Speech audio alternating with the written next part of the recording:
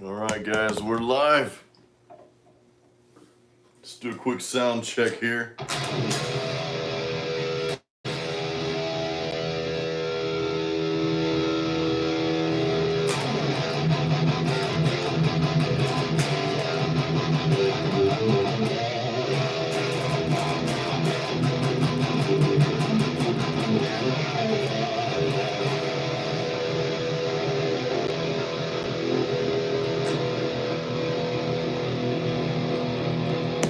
All right.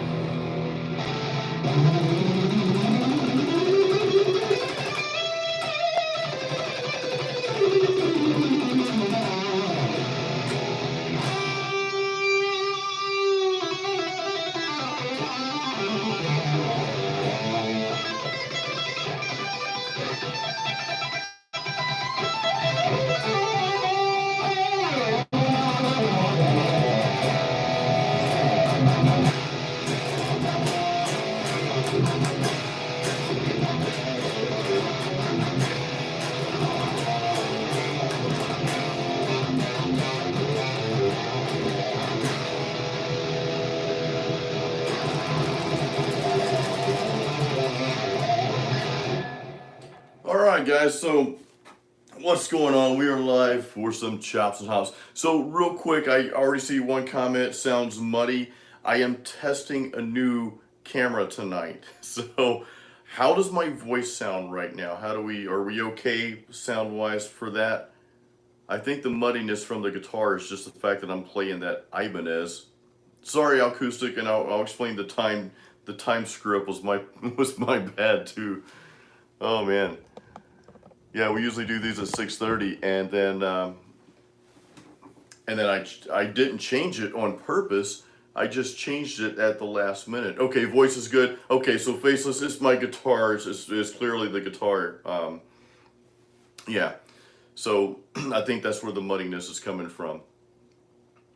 How do I look, guys? This is a new camera. Do I look cooler now? So what I did, I just, yeah, the Ibanez needs an upgrade, man. I just upgraded my phone though. I'm actually shooting this on my iPhone right now. I had the i7 for the past, since 2015. The end of 2015, I bought an iPhone 7 right before my wife and all of us went to Thailand. So I'm like, well, I want a new phone before I go over there because I want to take like really cool pictures and stuff. So anyway, so upgraded then. So I've not upgraded my phone since 2015. So I'm like, well, it's time for an upgrade because our phones are starting to have some little quirks here and there. Anyway, so that's what I'm using.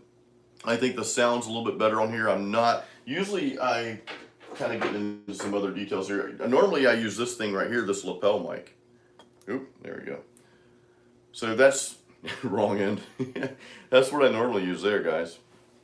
Stop swishing this around here. There we go. That little thing right there. And of course, Apple decided to go change the way things plug into their phone, so I had to get an adapter. You got that. So I had to get that adapter. That's the only thing I don't like about Apple is they like to change things to keep you just using Apple. I get it, but it's like, come on, it just hurts the consumer like us. Anyway, so guys, it's great to see you on here tonight. I apologize about the time. Yeah, I was outside doing some work, and then I got a message just like, "Hey, Chops and Hops starts in like 10 minutes." I'm like, "Wait a minute, that's not what I scheduled this for because I normally schedule this for 6:30." And I'm like, well, because I already had the reminder set out, so instead of changing the time on the YouTube here, the live, because I know a lot of people already set their reminder, I just went ahead and did it at 6 p.m. And of course, all you guys is just definitely different times over there. So real quick, while we're testing our camera, well, I've got some good stuff for us tonight. I've got some stuff sitting on my desk back here I want to share with you guys. I had mentioned earlier that we're going to talk about studio gear and studio setup tonight and what's feasible for just like the everyday musician, like all of us are. We're all guitar players, and whether you want to do this professionally, this is my profession now. Albeit it's a tiny, tiny workroom here, but I make it work. I'm going to show you guys how to do that too. But whatever, whether you're going at this from a professional level and you really want to do something with it, or you just want to record your own music just to record it to have something out there, what I'm about to share with you guys is going to be really, really helpful. I hope anyway. All right, so yes, some malted beverages. What's up, dude? What's up, everybody? Just looking on here. All right, so we got our normal crew on here. I love to see you guys. By the way, this is awesome. I always look forward to these Thursday night gigs. There have been a couple times like, I wonder if I should skip this week. And then before it's like, no, I'm not skipping this week because I really this is awesome. So while we're testing my camera out, guys, I just want to see what the ESP sounds like real quick, man. Because like I said, you guys heard my Ibanez. I've been playing this Ibanez a lot lately. Man, this camera's so much better, by the way. And I like the way it plays. I'm just not a fan of the pickups. One of the things I like about it is the neck. I like the width of the fretboard. The neck's thin. This is a thin neck, but the width of the fretboard just really fits my hands a lot better. The thing about the ESP, of course, I've got my EMGs in here, some much hotter pickups. My neck's a little thicker, almost like a baseball bat, but not quite, not too thick. And of course, my fretboard's a little thinner. You guys can kind of compare the two. See, the Ibanez just a little bit thicker than the ESP. So, and I see some questions popping up. So I'm using my new iPhone, dude, my new iPhone 11. I just bought it today. I didn't get the fancy iPhone 11. That's the one with 3 cameras. This only has 2 cameras on the back. I never use those cameras on the back anyway when I'm doing streaming and video. I turn it so I can see myself. I tried the other way last week and that just did not work out too well for me. So this is the iPhone 11 as opposed to the iPhone 7. Yes, it's absolutely my T-Mobile account. We have T-Mobile here. It's a business account, so all this stuff's written off. That's the beauty of doing anything on your own. All right, so let me catch up on here. The skeletal face mask. Yeah.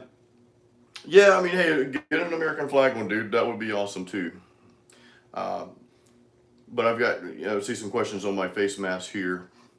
So I've got 1, 2, 3, 4 different face masks. I don't know if you guys are wearing masks or not. I'll be honest, I don't, but I'm gonna start wearing them because, man, when I go into places, I'm getting weird looks now. And normally I don't care about that stuff because, I'm usually wearing like a metal shirt. And of course I'm bald and kind of scary looking, I guess. But it's like, I normally don't care what people think. But in this case, I'm like, well, I don't want people to think I'm trying to rebel against what we're trying to do to keep this thing contained. So anyway, I'm planning on starting to wear my mask. I have got a Keep It Metal mask right here. I'll show you this real quick, guys. This is pretty cool.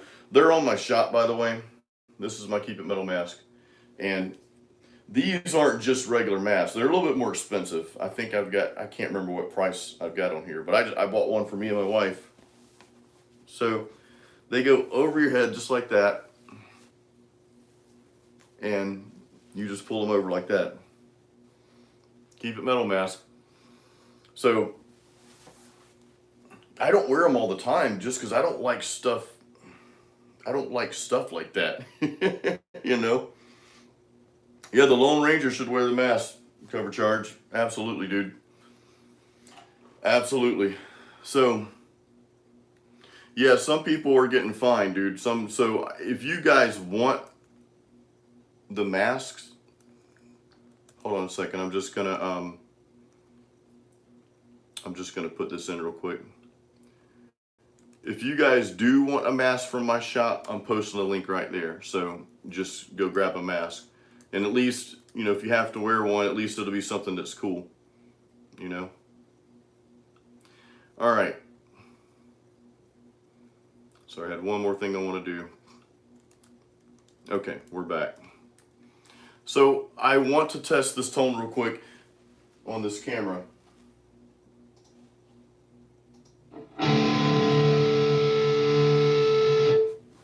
See if this sounds a little bit better on camera. Like I said, I'm not using any external mics. This is just coming from the camera.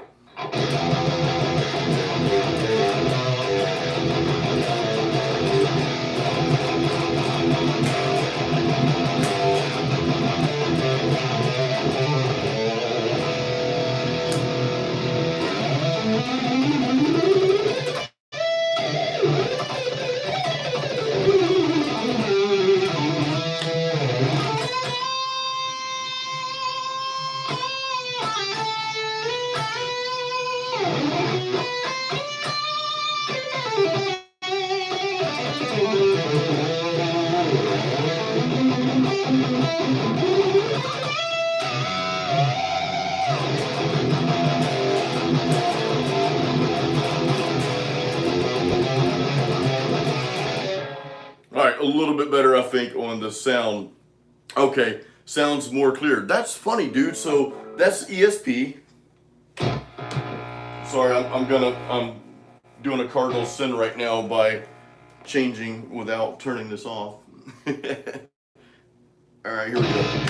And this is the Ibanez. Here's the difference. I did turn the delay off. I had the delay on earlier, so that might have been the muddy, you know, some of the muddiness. But here we go. Here's the Ibanez.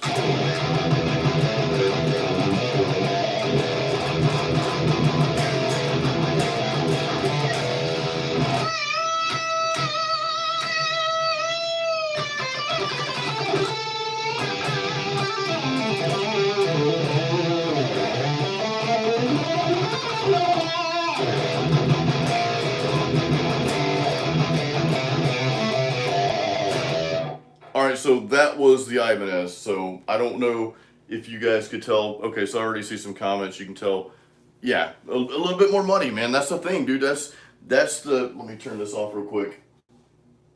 That's the thing with these pickups. That's why I love these EMG pickups so much, man.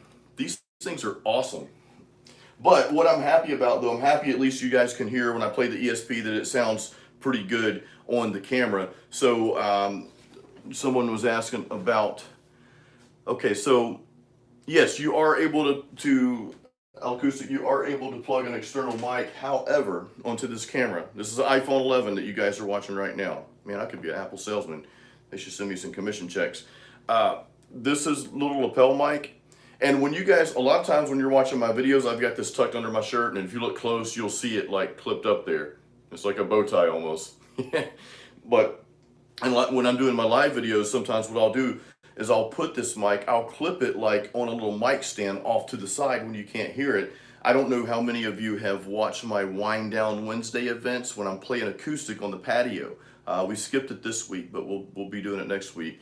But I'll just have this off to the side where you can't see it because I want it to pick up my vocals and my acoustic guitar. But yeah, so you can use that, all right?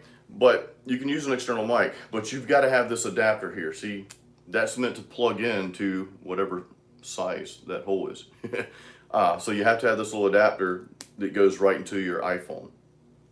And then someone was mentioning that every camera is doing their own little plug-in these days.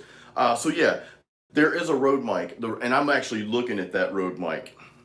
I'm actually looking at, I think I've been saying this for a while. I'm looking to upgrade all of my camera equipment here in the studio, which basically I'm looking at the Canon M50 because that's what a lot of YouTubers use just to record videos, and the Rode mic to go with that because that's a really good mic for picking up sounds, you know, like in this proximity here.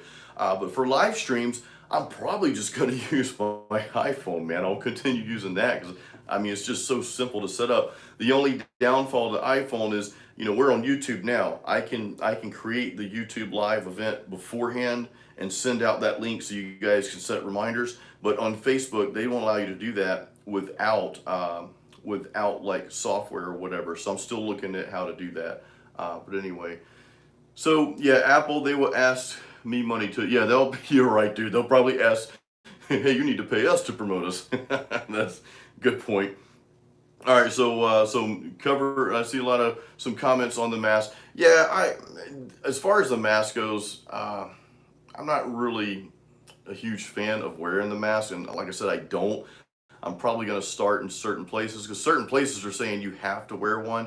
I get it. I totally understand. Like I could possibly be, and I'm not going to talk about this virus crap, by the way, guys. I just real quick though, I could probably be carrying it. I've got a high immune system, man. And my wife and I were sick a couple months ago, actually, when this whole thing was getting started, and we thought, well, what is this? But it was kind of during the flu season. But my immune system's pretty solid. I keep myself pretty healthy and that sort of thing. So I'm probably able to fight a lot of stuff off that some people can't. So if I happen to be carrying it, and though I'm not showing any signs, and my immune system's strong and all that, I don't want to take a chance on spreading that. So anyway, that's neither here nor there. Like I said, I don't want to get into that. There's so much information about all that's going on right now. I am not an expert. Okay. So anyway, we'll move on from that one. So I want to answer this question real quick. Any methods on reducing pick, noise, and clicking? Yes. Here's my method for reducing pick noise, okay? So when you're recording yourself playing guitar, this is what I do. Now, this is this is work, all right? You record your guitar like I'll record right now. However, at the same time I'm playing through my studio, I'm recording a track, okay? So basically what I would do, let's do this real quick. But I'm going to hook back up my ESP for this.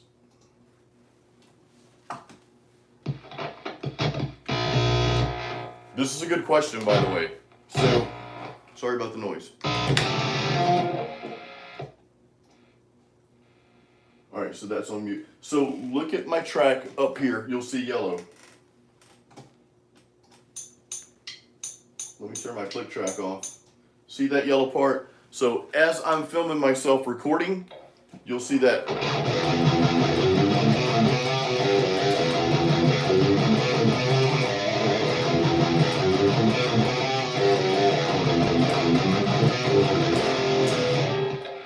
All right.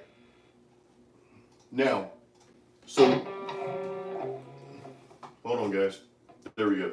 So we've got the video of me playing guitar, and this is how I eliminate pick noise. We've got the video of me playing guitar, right? So now we've also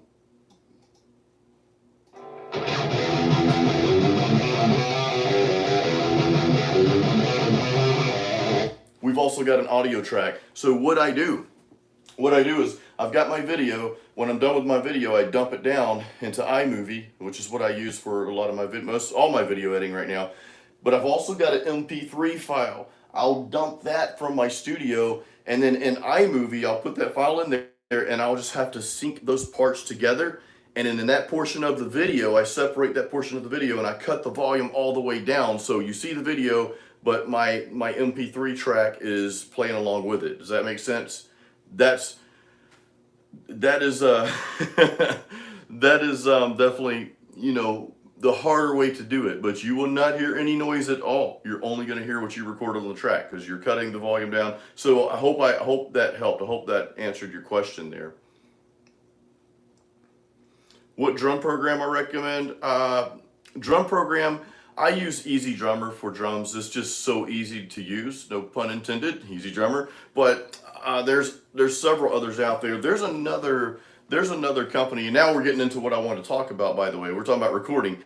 So there's another company called Beta Monkey. Let me type this in. I don't get any money for recommending them, by the way, which wouldn't be a bad thing if I did. That's how we make money, guys. So look up Beta Monkey Double Bass Mania. Guys, those drums, Beta Monkey Double Bass Mania, that's what I recorded my very first album, Apocalyptic Dreams, with. That's the drums you hear on it. In fact, I've still got... I don't even think you can see that. It's just Double Bass Mania here. Now, they probably don't come in DVD anymore. These came in like DVDs or CDs or whatever. This was like 2012, no, it was about 2011 or 12 when I bought these. But if you want real drums, those drums, Beta Monkey Double Bass Mania, those drums were actually recorded in a studio.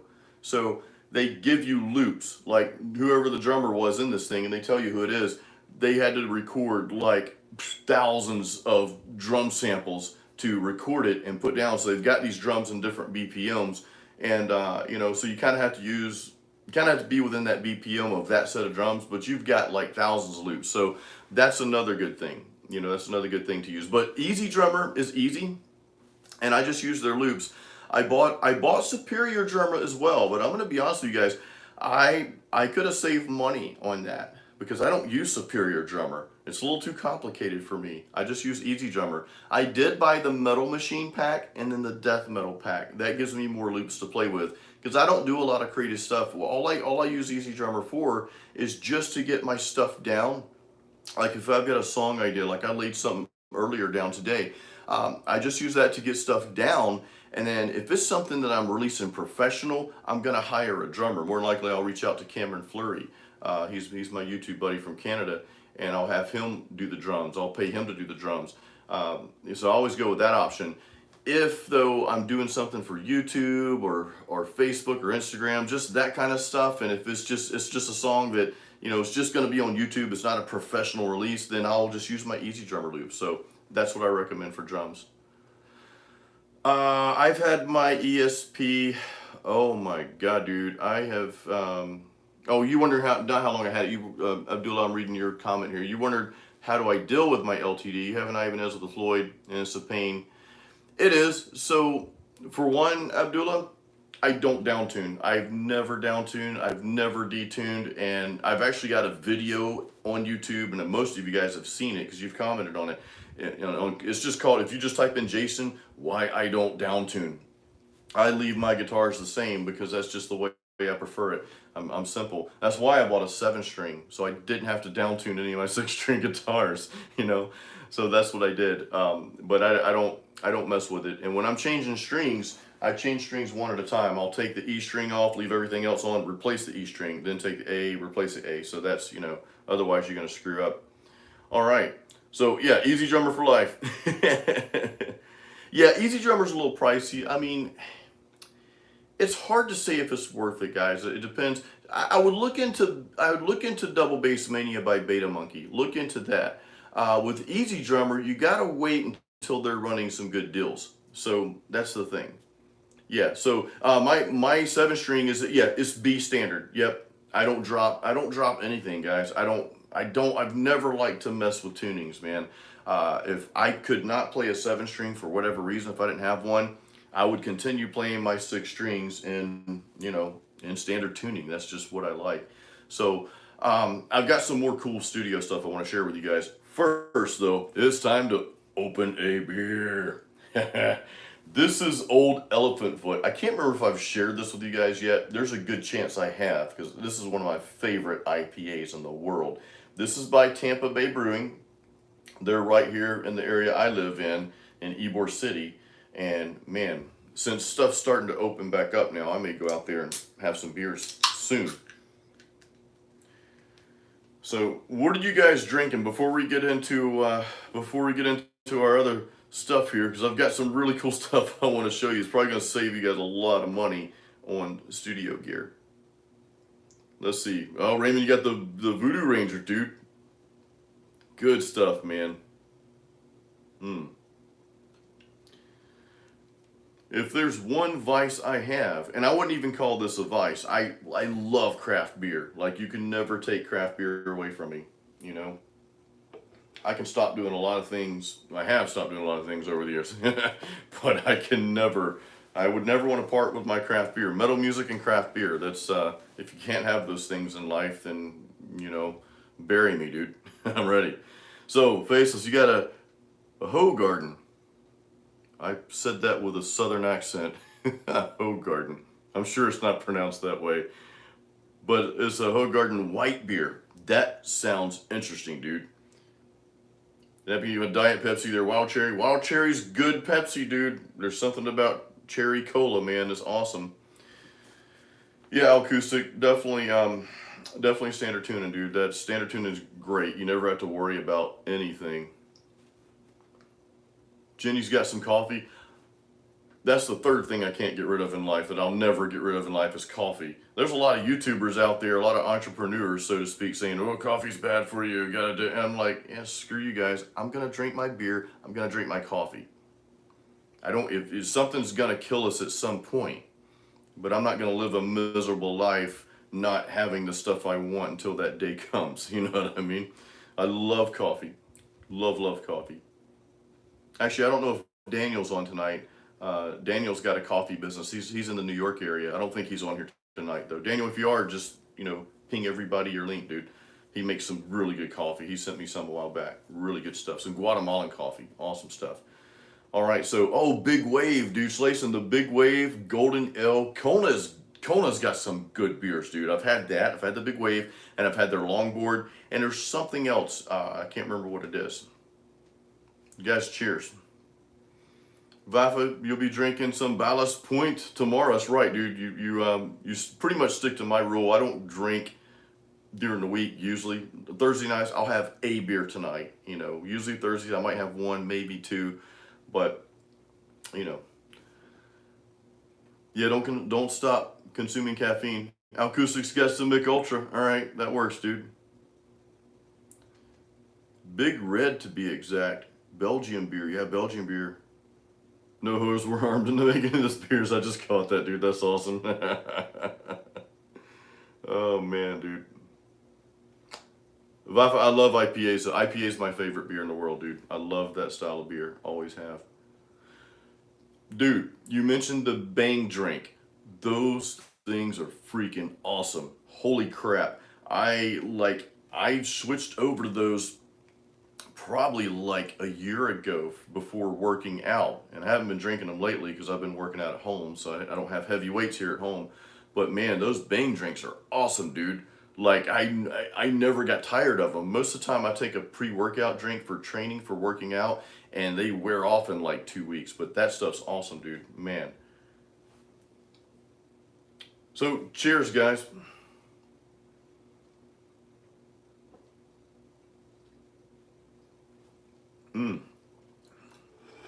Yeah, you guys are saying 16 gigs for recording. I agree. 16 is good. I think my iMac only has 8, if I'm not mistaken. So, one thing I want to share with you guys. So, wrong question. The way I want to ask this question, type in what interface you're using, guys. If you can type in what interface you're using to record with and about how much you paid for it, if you remember. If not, just the interface will work. I'm just curious. I want to see what all you guys have. While you're doing that, I'm going to show you the interface I started with. Okay, Focusrite. I see the Focusrite on there. About 120 euros. Yeah, that's not too bad, dude. So for those of you who need an interface and you're on a budget, and almost everybody's on a budget these days, I sure am. I started out with this little thing right here, man, the PreSonus Audio Box USB. Now, this was $99 at the time. So, yeah, PreSonus. I got this because I use PreSonus software. I use PreSonus Studio One. I started using that right out of the gate. I don't know why. I just started doing it. Like, you had all these other brands out there. I mean, you had the what's the Apple version? Now my mind's totally blank right now. I don't know why. But you've got like what they call the industry standard, Pro Tools. Pro Tools is the industry standard, and then there's several others out there, Ableton Live, But for some reason, I went with PreSonus Studio One. I just heard that the workflow was really simple. Okay, Craig, you've got the PreSonus 2.6. Yeah, so this is like their first generation interface. Maybe second, I don't know. They've got a little bit better ones out there than this one. Well, they're not better, it's just the preamps inside are a little bit better. But dude, this thing did the trick. This was 99 bucks. You can probably pick this up used somewhere. In fact, I may do a giveaway with this thing. I may have like a, even though this is used, I may have some kind of like giveaway at some point for this thing. So that's my recommendation on interfaces. Go with something cheap. You can probably see it back here, way in the back where that little light is right there, that red light. That's also a PreSonus. That's a Quantum 2, and it's got a little bit better preamps in it. That was about, I want to say it was like 700 bucks, something like that. But to be honest with you, man, I mean, that compared to this, unless, I don't even know why you really need to go super intense on interfaces, because when you're recording your guitars, with plugins, you're getting that signal. Even with miking amps, you might want a direct box or something like that, but you're doing it, you know, and in bass, same thing. So unless you're recording like an orchestra, or you've got a lot of different vocalists or something like that, and you're just trying to capture more clarity, that's when you need your real expensive interfaces. But for guitar, and especially if this is more of, if it's something you're not really doing professionally, you're just doing this because you love to do it, which we all love to do it, you can't lose with a cheap interface. All the cheap interfaces are relatively the same. So that's, you know, that's what I use. So let me see what you guys have on here.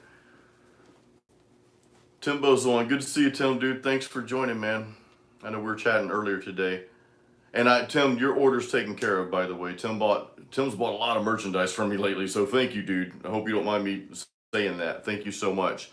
But we had one of the T-shirts was costing too much to ship because it was coming out of another vendor's office. So I got that taken care of, dude. So you should be all set.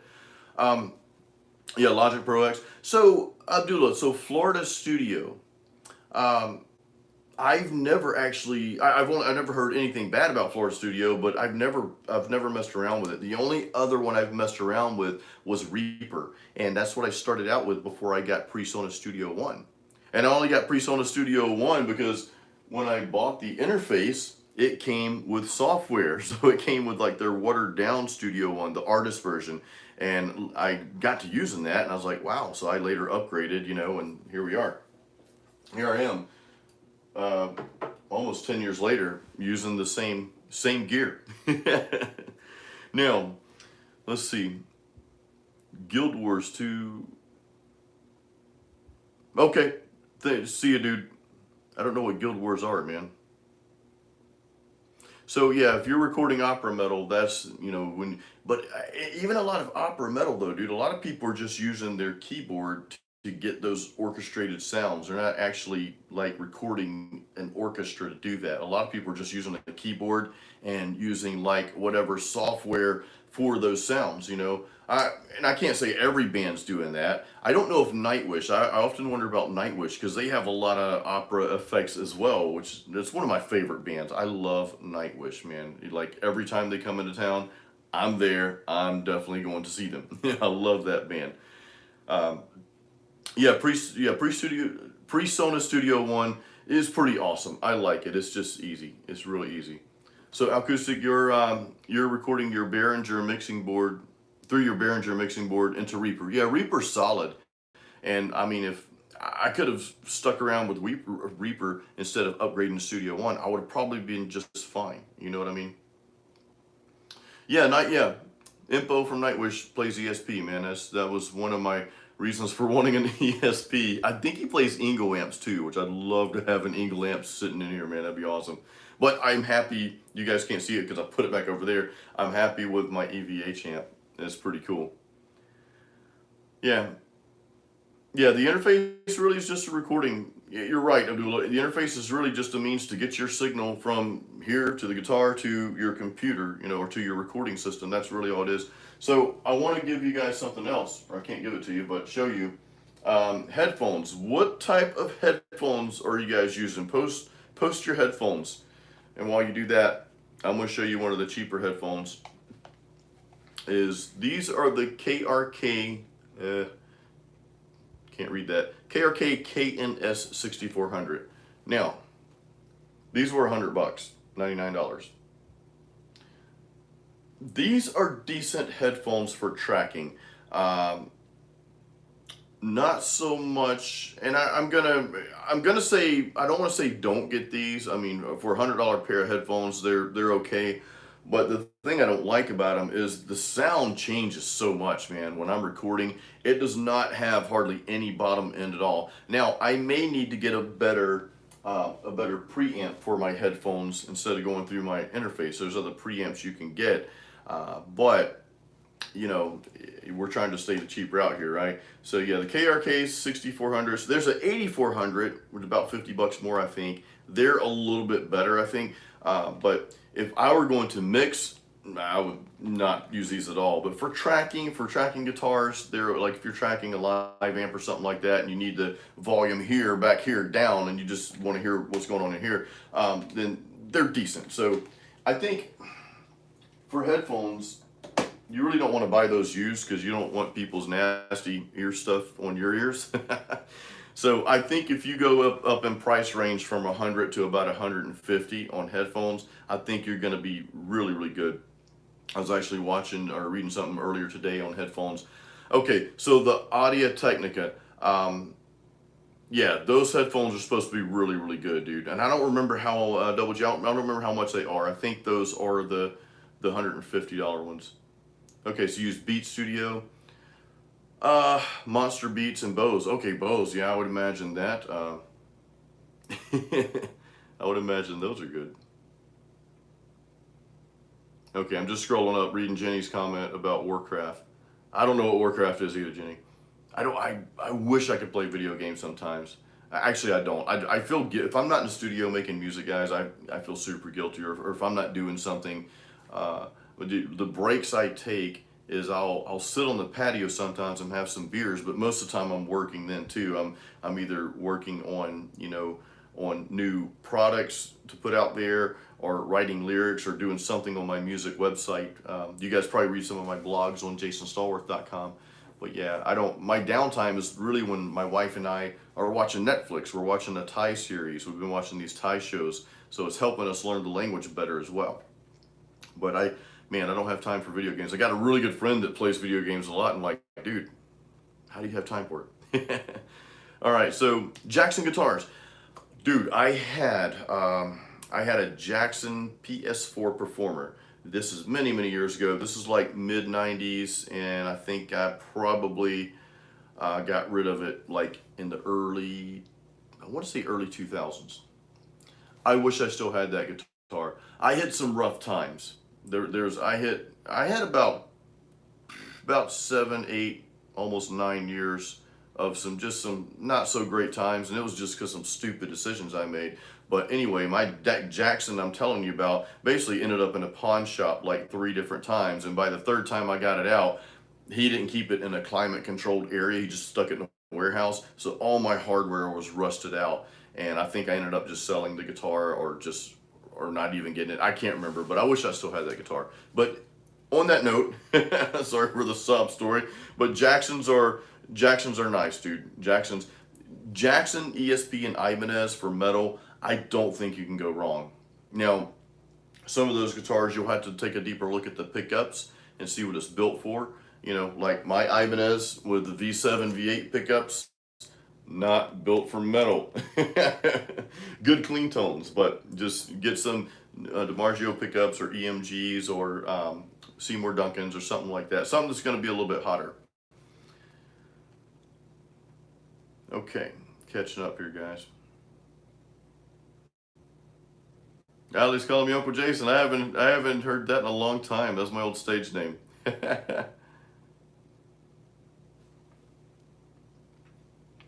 A partition for the speaker monitor.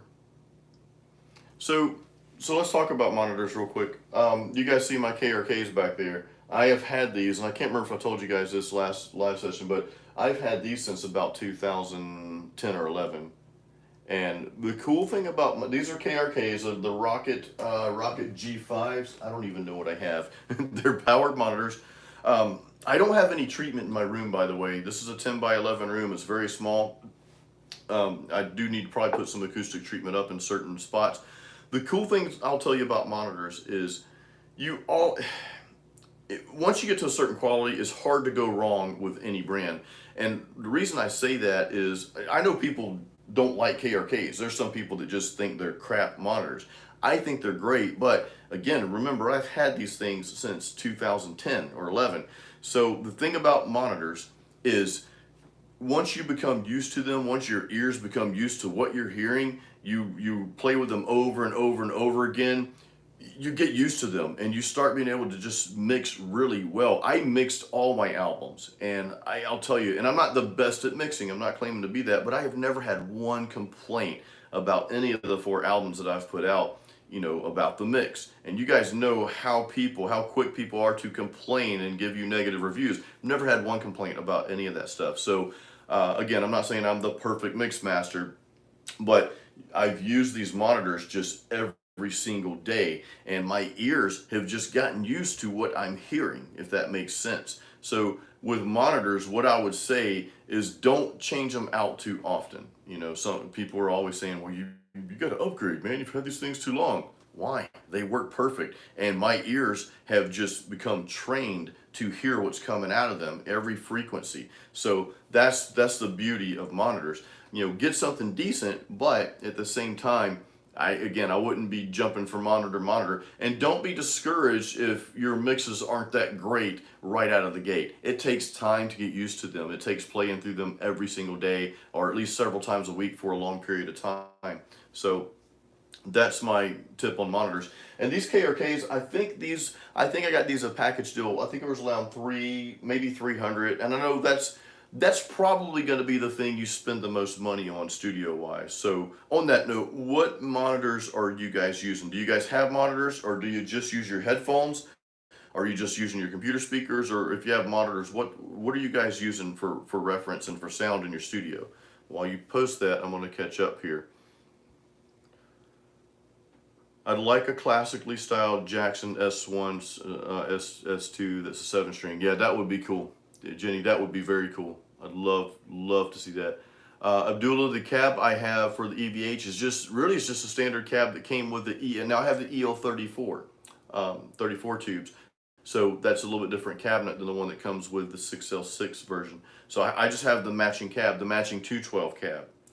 So I'm thinking about getting a used Marshall, a used 4x12 Marshall cab and connecting my EVH to that. I want to see how that sounds. I've had some other people have just really wanted that.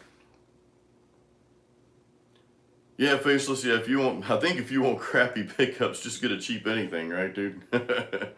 Oh man. Man, if you have a 90s Japan Jackson SL3, wow. Dude, please do not ever get rid of that, but if you do, call me first or email me or whatever, because I'm going to buy it from you. Double G, I don't know where you are, dude, so shipping might be a lot.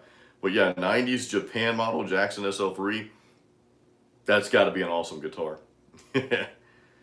So acoustic, use the Sony MDR headphones. Okay, 99 bucks, yeah. Those may be a little bit better. I'm really disappointed with my KRK headphones, and I hate to down them like that, but because I love their monitors, but I wish I'd gotten better headphones way back in the day. And I just need to redo these things. These AKG K301 headphones, these are so old. These are like 20 years old, man. But they still work really good, actually. The only thing I don't like about it is the plug, because this is old school. The plug is connected, so I like the newer headphones where you can unplug them, so if the cord goes bad, you don't have to, screw up your headphones. And this stuff's coming off. I mean, that should be an easy fix, but again, these are super old, but very good reference headphones, man. Very good for tracking, very good for recording vocals and everything. It's really cool. Yeah, the Jackson with the MGs would be awesome, dude. So, Faces, you ordered a Duval 7-string. It's gonna take over a year, dude. I would like to know your thoughts on that solar guitar with the Evertune when you get it. We need to talk about that. Actually, we'll talk about it. Maybe you'll get it next week, and we can talk about it next week, because I'm very interested to hear about that. I have come close at a couple times selling my 7-string. You guys know I've got this ESP Horizon. I just think I paid too much for it. This thing was like almost $2,000.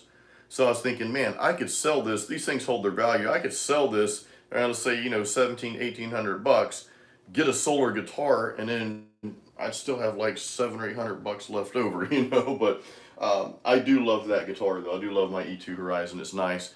I don't know that I'd ever pay that much for a guitar again, because I think, in my opinion, I think guitars that are around that $800 to $1,200 range are solid, you know what I mean? And they'll do the trick. They'll do what you need them to do.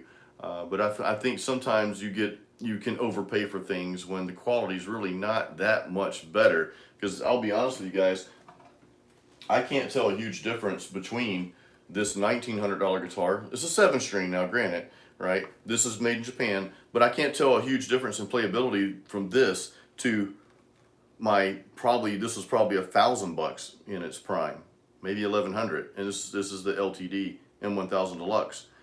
Actually, I like the way this plays a little bit better because the frets are like super jumbo on this thing. You know, that doesn't mean my 7 string plays bad. I just feel like I overpaid for it. I feel like I got caught up in the moment, and I'm like, well, I'm gonna buy this thing. So it's the most expensive guitar I've ever bought. So anyway, so Didi, you got the headphones with your Fender combo amp. That's cool.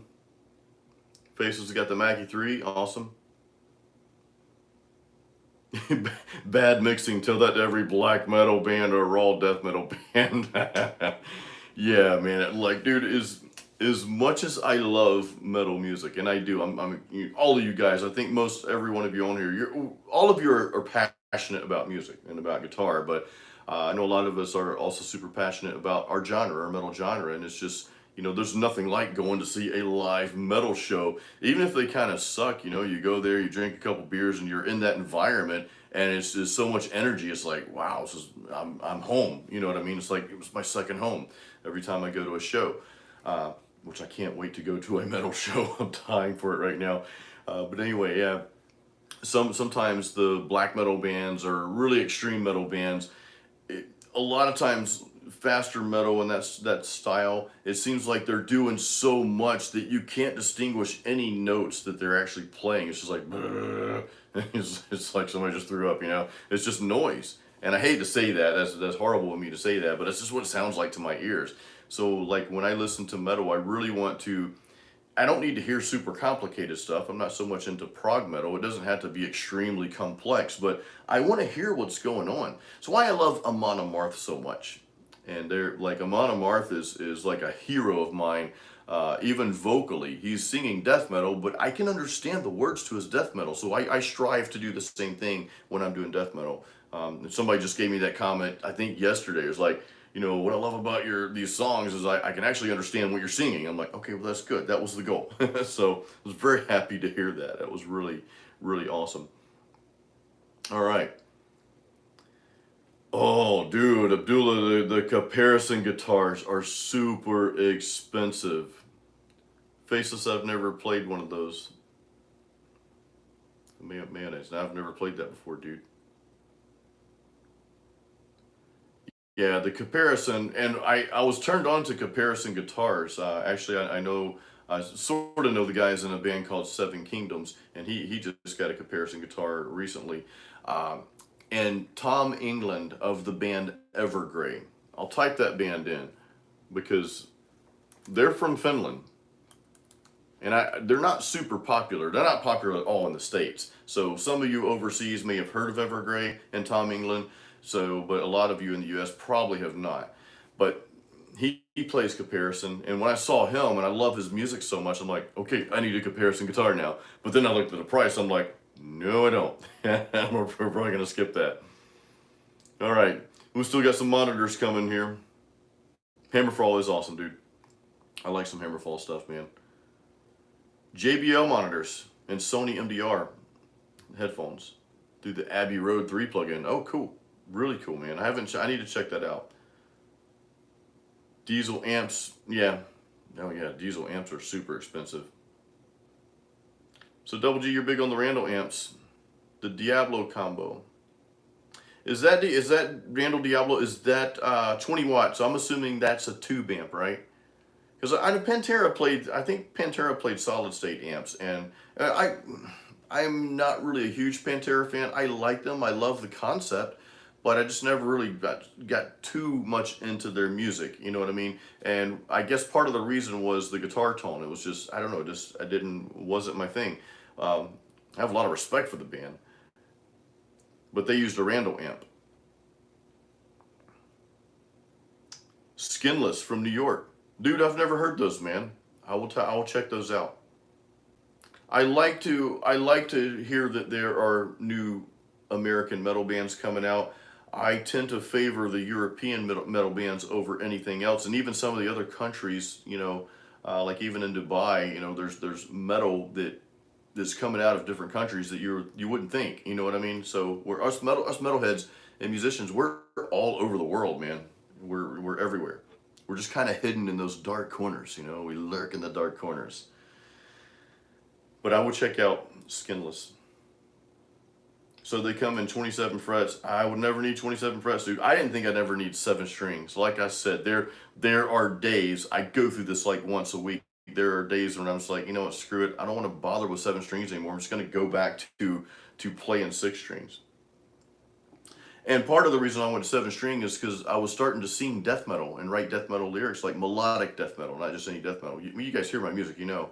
But I went to 7 string for that reason, because I figured it would fit the vocals, and it kind of does. But if you hear the song called Never Enough on the Masterpiece album, Never Enough Masterpiece album, go listen to that song. Like, pull it up on Spotify or iTunes or whatever. I think it's track number 6. The chorus of the song, where I'm singing death metal, real low death metal, if you notice, I'm actually playing in the key of A, but not a heavy A, because I'm not down tuned. I'm actually playing, you know, I'm actually playing that A string, that A and D string. Who would ever think that you would play death metal in that key? But it worked. So that was kind of proven to me, like a point to myself, that, you know, I don't necessarily need lower tunings to do death metal, to do the style of metal that I wanted to do. So yeah, Killswitch, they use comparison guitars. And that's the thing, man. You could buy one of these $3,000 guitars and then like you order it or something like that, because I don't think music stores have them. It's not like you can go demo it. You could go, you know, buy one of those guitars and then bring it home and like, I don't like this. And then you just blew $3,000 on a guitar you don't like. So it's an expensive Christmas ornament, you know. Raymond, I am writing my next album as we speak, dude. I'm actually, by the end of the week, I have this goal of having a project plan laid out for this next album. I'm gonna be working on two projects, 2 metal projects, kind of simultaneously. I've got this album coming out. The only thing though, I'm kind of on the fence whether I want this next album under my name to be just an instrumental metal album. I thought about putting out a 7-string instrumental metal album, but you know, I'm on the fence about doing that and doing another vocal album. You know, I kind of want to do another vocal album. I'm always going to put more instrumentals in there. I'll probably have more tracks on this album. Masterpiece only has 9 tracks, and I was kind of going against the grain on purpose, because a lot of these bands are just like coming out with albums with like 15 and 18 tracks, and it's just, I just feel like it's too much, because a lot of what I listen to on these albums are just filler songs, you know. They're not like, there's like 2 songs that are great, you know what I mean? So, you know, so I'm like, well, let me try to just do 9 songs on Masterpiece, and let me try my best to make all of them great. You know what I mean? Like Killswitch is a great example. I love Killswitch, man. I love them. But their last few albums, there might be one song that really registers with me. Otherwise, it's just kind of like, okay, well, this is cool, but it doesn't really hit me. You know what I mean? So, and I don't know that I'll ever go over like 12, 13 songs, and I might stick with a 9 or 10. Who knows? Just have to see what comes out. So yeah, next album, I'm working on that. And there's a second project I'm working on. It's going to be actually under a band name. That's going to be a pure melodic death metal album. It's going to be very dark. So that's going to be a little bit different from my solo artist music as under Jason Stallworth. So I'm going to be kind of working on those at the same time. I love Arch Enemy, dude. Arch Enemy is one of my favorite bands. I love Alyssa. I love her vocals. She's amazing. I loved when they brought on Jeff Loomis, when they brought him into the band, because I'm a huge fan of Jeff Loomis. His playing is just amazing, dude. Yeah, I don't know. I don't know if one of them's Venezuelan or not. I'm not sure about that. Arch Enemy. I mean, I think they're from Finland. Rob, we were talking about Nightwish earlier. You asked me what I think of the band Nightwish from Finland. They're absolutely one of my favorite bands. I'll share some of my favorite bands with you. Like, Nightwish is it. I love the band that they've been helping out through over the past years called Delane. That band's come so far, man. I heard them open for Nightwish many years ago, and I instantly became a fan. But they just put out this last album called Apocalypse and Chill, and I thought the cover was kind of cheesy looking, and the name's kind of cheesy, but the album's just phenomenal, man. It's great. So there, I'm a huge fan. I'm a huge fan of them as well. But I love Amon Amarth. I love Arch Enemy. I'm a big Evergrey fan. I like Sonata Arctica, their older stuff. Some of their newer stuff's like, having a hard time with it, but nonetheless, I like them. But yeah, I've never heard of Joyner, dude. Ginger. I'm trying to see if I've heard of them faces. I have to look them up, dude. Cryptic, thanks for joining. You did not show up too late, dude. I started this at 6 by accident. I started at 30 minutes earlier by accident. When I set up the time, I didn't realize I set up for 6. I thought it was 6:30. I was outside. I was eating some Thai food that my wife cooked, which was awesome. And I get this notification, hey, you're going live in 10 minutes. I'm like, wait a minute. I should have like 40 minutes. And nope, I screwed up. So instead of changing it, because I knew folks would probably already start to come on, instead of changing the time on YouTube, I just like, screw it. Let me just get on here. Let's do it, you know. So I'll next week I'll probably go back to the 6:30. Abdullah, yeah, I've looked into Digitech Drop Tune. I'm just really not a big fan of playing heavier notes, man. That's just me though. I mean, it works for a lot of people, but I don't necessarily. I would rather let a 5-string bass, which I have. Let me show you this. This is the bass I've had for a long time now. It's recorded 3 albums with this thing. This is the ESP LTD. It's the D5, 5-string bass. A lot of times on my earlier albums, people, before I recorded the 7-string album, people would ask me what I was tuned to. I'm like, I'm standard tuning. Like, there's no way, dude, that sounds so heavy. Well, it's not because of the guitars. It was because of that bass string right there. That 5-string bass makes all the difference. And when you open your music up to let your drums and your heavy bass carry that bottom end, it's just going to sound heavy. Dude, Insomnium, love them to death. Actually, I think they're coming into town soon, and they may have had to cancel their show because of what's going on, but Wolfheart's awesome too, dude. Yeah, I like Wolfheart. All these bands you guys are mentioning, love them. I've never heard of Kalonish Circle. I'd check that out.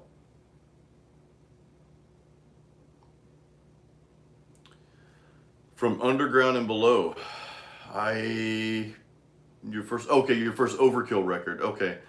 Dude, I never owned an Overkill record, but I like Overkill. I especially like Overkill's later stuff, the stuff that they've been doing recently. And I think it was a couple years ago when they released their album. Man, I was just floored by that album, dude. It was like their old school metal. They stayed with 2 bands that stayed true to their roots. 2 bands that stayed extremely true to their thrash metal roots is Overkill and Death Angel. Both those bands just are tearing it up in the thrash room. By the way, for everybody who came on late, because we're doing chops and hops, this is what I'm drinking tonight. Old Elephant Foot IPA, Tampa Bay Brewing, right here in the city I live in, or close to where I live. Awesome stuff. It's a really solid IPA. It's like 7%. It's not too strong. Actually, I had some super strong beers the other night with a buddy of mine, and we got pretty drunk. I didn't realize, I knew what percentage when I was drinking it. You always know, but we got to playing music and got to drinking more, and then I didn't realize after a few had gone by, I'm like, crap, we just had like 3 or 4 11% beers. We had Dragon's Milk, and then we had some Unholies. Those were 9.5%. I'm like, what did we just do? So I like my alcohol percent to be between 6 and about 8 or 6, somewhere in that range. When you start getting into the 9, that's when you kind of can go overboard real fast, and you don't even realize until it's too late. Anyway, yeah, so Raymond Dragon's Milk is 11, the stuff I had the other night. This stuff here is only like 7.1, something like that. It's pretty mild, but it's very good, dude. When you start getting into the 9% range and up, what I find is that you lose some of the flavor of the beer. And I'm one of those people, I love the flavor of my beers, dude. This right here, That's just a good beer. It makes me want more Thai food, which I'm probably going to go eat after I finish this. Really, really good. Yeah, the Voodoo's almost 8. Yeah, it's right up there in that getting there. Mellow Death, Wings of War. I'll have to check that out. I like some Mellow Death. I like that style as well, dude. That's really, really good style of metal, man. Years of Decay, Horoscope from the Underground and Below, and Bloodletting. Nice, dude. Nice. You know, I've noticed that, Abdullah. A lot of the metal bands, a lot of the modern metal bands are ditching solos, and I don't like that. You know, now on the other spectrum, I don't need for someone to solo through the entire song, you know, but excuse me, that gets hard to listen to after a while. But I want solos in there. I like stuff like this. I'll show you. Let's get this cranked up again. Like, I'll want a solo part to, I'll want some fast ripping in there.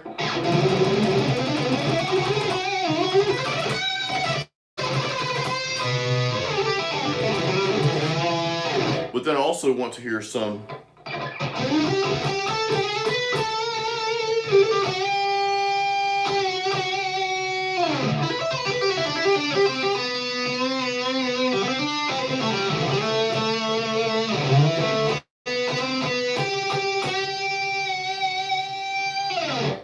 I want to hear that melody, in other words, you know what I mean? So I'm not a big fan of never been a big fan of people just like shredding through the entire thing.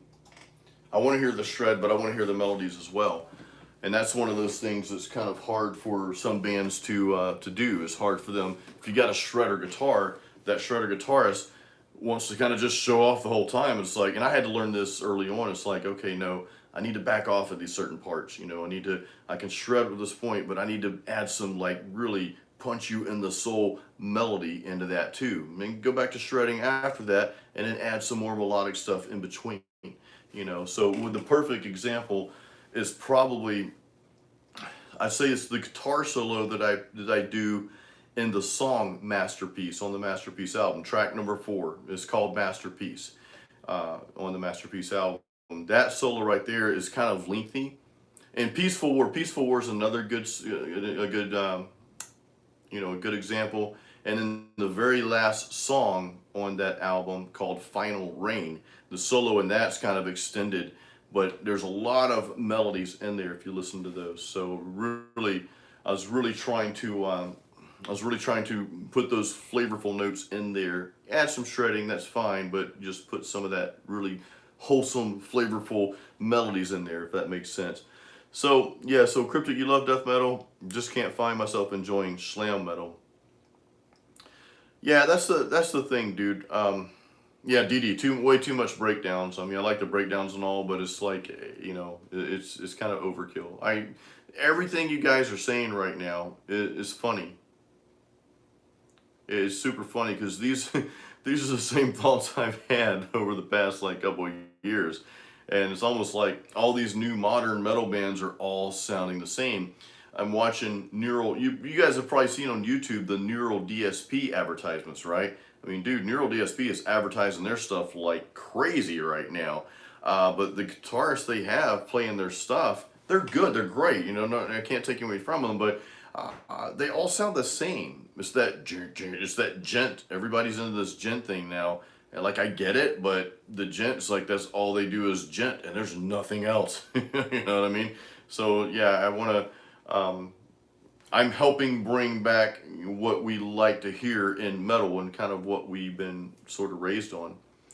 Yeah, DD. Yeah, you got to find the balance, dude. Time and place for everything, for sure. Yeah, you're the youngest on here, I think, dude. Yeah, Faceless. I'm into good. Yeah, I'm with you too, Faceless. I love good music. Don't hate me for this, but I'm actually writing, on a way offside project. You guys you will never hear it on this channel, but on a way offside project, I'm actually writing some country style music, which is crazy because I used to hate country music, and I still don't really listen to it. but there's just some lyrics and some melodies. Like I was mowing my lawn today, I was cutting grass today, and I had this melody and lyrics pop in my head, and then all of a sudden I'm like, well, shit, I need to get in the studio. I need to hurry up, man. I still had to like to do the pest control and do the blowing and all that stuff, you know. Then my neighbor stopped and talked to me. I'm like, oh man, I hope I don't forget this song. So I got inside, you know, and I went upstairs and I recorded it, you know. And I'm like, okay, well, it's there. I got it. But no, so it's kind of funny though. It's back to your point, Faceless. I just love good music, you know. That means there's a lot of music I don't like because there's a lot of not good music out there. That would be rap and hip hop. I can't stand. You know, forgive me if any of you guys like that stuff, and that's fine. But it's just not my thing. Distant Dreams. The guy got me mesmerized. Oh, okay. I haven't heard Distant Dreams, dude. Double G. So, dude, I started playing, and it was around the winter, towards the end of the year of 1989. For some reason, I'd always been into music. I was recording songs off the radio on these little devices called cassettes. I still have cassettes. Where's my cassettes at? I've got a bunch of cassettes. I've got demo stuff on these cassettes. I need to transfer these down to digital. Anyway, I started recording songs off the radio like at the age of 7. And it's funny, the radio would come on and the DJ would still talk. I'm like, DJ, shut up, dude. I want to hear the intro, you know? Anyway, so music kind of like was a part of my life for so long, and it was kind of in the family as well. My dad's a good singer. He plays he plays trumpet like with his mouth. With his mouth can make this amazing trumpet noise. And my uncle plays an accordion. But anyway, my uncle had like this old acoustic guitar, 4 rusty strings, E through E, A, D, G, and I started just messing around with it. And so he bought me a chord book and bought me a new set of strings. Like, hey, you know, you can play around with this guitar, because he had several others. And my parents started seeing that I was really into it. So, you know, my dad bought me an electric like right around the beginning of 1990, right after Christmas. He had just bought me a bike. You know, I didn't grow up like dirt poor, but we had food and shelter, but not a lot extra, you know. My dad was blue collar, and my mom worked, you know, as blue collar as well. So we're just hard working, you know, definitely probably, you know, lower to mid class Americans. So we didn't have a lot. We had a small home. Again, we had food on the table. We had all the love in the world, man. My parents are awesome, but we didn't have any extra. So for them to buy me a $300 bike, which was a GT Pro Performer BMX bike, which was awesome. And then to turn around like 2 months later, I think it was February 1990, is when they bought me my first electric guitar, which was this bright red Gremlin. So that's how long I've been playing. I suck at math. I'll let you do that part. So let's say 1989, end of 1989. Yeah, you know what? Some of the old country, the Merle Haggard, the Johnny Cash. Yeah, it's a lot of that old stuff has just got a lot of heart and soul to it, man. You know, it really does. I've gone back and listened to some of that stuff. So face mask, Stetson, and straw in the mouth on the next video. Hey, you never know, dude. I might come out with a country death metal. I'm not even sure how that would sound. Probably horrible, but who knows? Let me try it one day anyway. Abdullah, I agree with you, dude. I agree with you. Gent, if it's just solely gent, it's just noise to me, dude. It's just like, it sounds cool maybe to do it one time, but not the entire song for every song on the freaking album. And that's what a lot of these bands do. Hey, we're a gent band. Gent, gent, gent, gent. And then that's the album. That's it. That's all 18 songs, because people like to put out a lot of songs and all of them sound the same these days. But yeah. Yeah, people will start, yeah, they will. They'll start offering, you're right, RM6 Bass. They'll start, you know, putting a twist on some of these styles, you know. And the thing about music is, I was listening to a Steve Vai video just last night. It was on Pete Thorne's channel. I don't know if you guys follow him or not, but he had he had an interview with Steve Vai, and he was talking about how to be a successful musician. A lot of the points he's made was not defining success by the world's standards. He said, because a lot of people are successful by the world's standards. They have the house, the car, all the expensive stuff, and buttloads of money in the bank or whatever. but they're freaking miserable. And he's like, to me, it's not success. And Steve Vai, of all people, was like, that was never even part of his plan to be as successful as he is. You know, he's like, I just wanted to do what I love. And it's like, and he was telling us to do the same. It's like, just do what you love. Like, write music that you love. You know, don't try to write to please other people. You know, and I've almost got caught in this trap before. You know, I had to really like take a step back before I recorded my album Masterpiece. I'm like, you know, am I trying to write metal music that you guys are gonna like, or that everybody's gonna like, or that the majority of metalheads will like? Or am I going to take a chance and just, you know, put out what I really want to create? And I did the latter. Masterpiece, that album, and, you know, I'm not trying to like rub it in you guys' face. Here, buy my album Masterpiece. Go buy it now, which most of you have. Thank you. No, but when I created that album, I'm very proud of that album, guys. It's my first vocal album, my first 7-string album, my first album actually hiring a real drummer. I'm very proud of that album. It's just monumental for me personally, and will it ever reach the success of Metallica or Megadeth? Probably not. And that's okay, because you know that it caters to, the styles are so different in that album. You know, it's like melodic death metal meets thrash meets a little bit of power metal and so forth, and there's different vocal styles and all that. And I have a lot of death metal people that listen to my album. They like one song, they're like, oh, this is not really what I'm looking for, because they just want straight death metal. And I've got a lot of other people that don't listen to death metal that listen to my album, and then, you know, but what I'm saying is, though, if you put out what is truly in your heart and what you really want to put out there for the world to listen to or the world to see, whether it's your artwork, your business, your music, or whatever it may be, you're gonna have an audience somewhere. If you put your heart and soul into that thing, you're gonna have an audience somewhere. Now, it doesn't mean you can suck and just put something out there and expect people to like it. You know, you do your due diligence, right? You practice, you get good at what you do, but do your own thing. So anyway, I wanted to share that with you guys. I just thought that was really cool to hear Steve Vai's interview, and that was huge. Actually, I'll try to remember to, maybe I'll email that to you guys tomorrow. I'll put that in email. Guys, if you're not on my email list, I send out an email every Friday called Metal Guitar Friday. I'll share that video in the email. It goes out around 8 o'clock tomorrow morning, 8 a.m. Eastern Standard Time. I send it out every Friday, and basically it's just a recap of everything that happened this week. You'll see a link for this in there as well, but all the other stuff, because you guys may not get the notifications, you know, when I put stuff out. Like this week, I put out a new Face Mask metal track, which is kind of cool. It's a really nice instrumental, 7-string instrumental. I did the Fortin Cali. I don't know if you guys caught that, the Neural DSP Fortin Cali. I did a demo of that. So let me grab this link for you real quick here so you guys can, because if you're not on my email list, you will not get this. And I'm going to go back and include that Steve Vai interview as well. So give me just 1 second here. Because again, I think, you know, no matter where you're at in life or what you're doing, I think what Steve Vai is saying is powerful. So go to that link. If you guys have not gone to that link yet, sign up. You'll get a free guitar practice guide, by the way. You'll go to a page, punch in your email. I'll send you a free guide.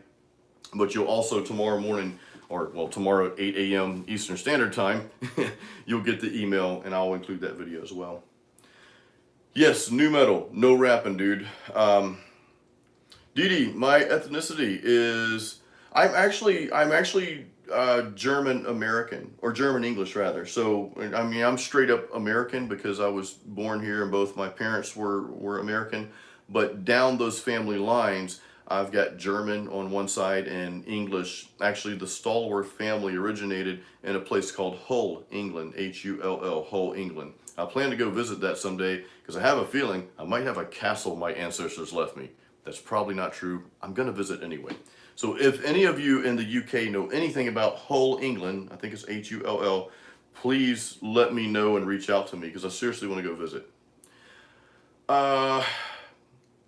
Slayson, did you really say that, dude? Sometimes when you're listening, you just need some Katy Perry. Hey, nothing wrong with it, dude. That girl has a lot of energy, man. You got to give her that. So Didi, you're Latino. I have a lot of Latino friends, dude. And a lot of my Latino friends love metal. I've got a guy that I connect with sometimes in Brazil, and he runs a studio there. And we're always talking about metal.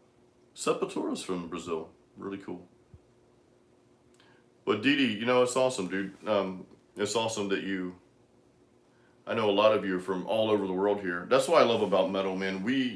Us guys, we do not discriminate at all. There is no. I don't want to say there's none, but because there probably is in some other places, but in general for metal, there's no prejudice. There's no. We don't see race or color. Uh, don't really even see religion. We just see cool people that like metal, and most of us like beer as well. But no, that's what I love about our family here, dude. That's what I love about it. It's just we're just cool people, man. What amp did I use for Masterpiece? I do actually for Masterpiece, I didn't use a real amp. I used the Positive Grids, a mix of Positive Grids, Bias Amp 2, and Bias FX. So what I did was I created the amp in Bias Amp 2, and then I pulled that over into Bias FX. So I don't know how many people use Bias Bias Amp and Bias FX from Positive Grid, but anyway. So that's what I used for that album, and it was the Tread Plate amp. Sorry, I'm trying to talk and trying to catch up on stuff as well. Yes, I did, and there's another question about the mic I used for vocals. I used the SM7B. Very budget friendly, dude. Yeah, definitely. So what I would say, RM6 bass, what the first thing I would do, man, and actually I have a mic I'm going to show you guys. First thing I would do is I try to find, especially if you're recording metal vocals, find a used SM7B. Just make sure you disinfect it, because people like to spit in the mics. I don't spit in my mic, by the way. But if you can't go that route, there's two options. For death metal, if you're just singing pure death metal, dude, just try the SM57 mic. That's a $100 mic, and if you want to get it used, you could probably get it used for like 60, 70 bucks. But this little thing for mic and guitar amps, for death metal vocals, for anything harsh, what you'll want is a cloud lifter or some type of direct box. So you're going to spend $100 on a new mic, SM57, but don't use this mic without a direct box. Unless you're recording a live amp, you don't need a direct box if you're recording a live amp. But for vocals, you're going to need a direct box to give it that boost, because this is a dynamic mic. It's not a condenser mic. Now, if you want a cheap, super cheap condenser mic, this Samson CO1. That's a super cheap condenser mic. In fact, what I almost forgot is this came with something. I don't remember what it came with. I want to say it came with my monitors, because I got some package. I don't remember. But anyway, these things are like $100. So, this is a condenser mic, so you won't need a direct box with it. But in death metal vocals, it's kind of harsh sometimes. In all reality though, guys, if you caught my death metal vocal tutorial I put out 2 weeks ago, you'll see that I don't push a lot of air into the mic when I'm singing death metal. If anything, I'm holding back. It's like, it's not a yelling, it's not a screaming, you know what I mean? So you would just want to be about that far away from the mic, and you guys can't see it, but you'd want to have a filter like about right here, and make sure you're kind of far away from a condenser mic, because it's going to pick up a lot of stuff. This SM57, you want a direct box. That's could be anywhere from 20 to $100. But that you can be a little bit closer to. But if you don't want to go with those options, I would say look for a used SM7B, man, because that mic you can use for almost anything. I mean, seriously, it's just crazy. Beautiful, beautiful mic. Got some more Latin brothers on here. Awesome, dude. Gojira, Schlesen, I've heard a little bit of their stuff. They have some cool stuff. Some of those modern metal bands that just do the super low tunings, some of them almost sound like doom metal. You know what I mean? It's just got a really like a sludgy kind of a slower pace to it. Sometimes that's cool. My good friend Eddie has been listening to a band called Swallow the Sun. And I haven't quite been able to get into them that good yet, but they're very much a doom metal band.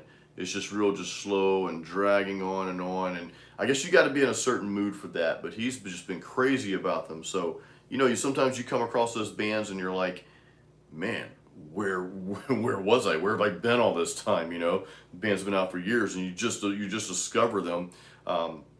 That was kind of my introduction to Amon Amarth. I'm like, in Evergrey, those bands. I'm like, where have these guys been, or where have I been? How am I now just discovering them? And you just like dig into them, fiercely. So,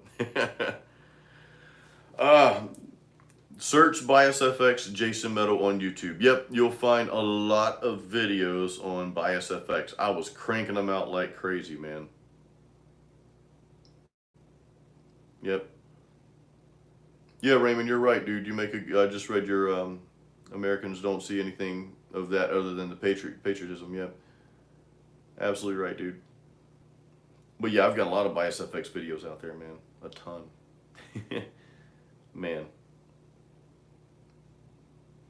All right. What do I think about? I've never heard of drone metal, Double G. What is that, dude? Like, is this metal that flies around like drones? Dude, I have never heard of drone metal, man. This is, Abdullah, I've never really listened to August Burns Red. Should I listen to them? They're not gent metal or... I honestly have a lot of, not issues, but I just can't get into a lot of modern American metal bands. If I'm listening to American metal, I'm usually going back to like Exodus, Testament, older Megadeth, older Metallica, stuff like that.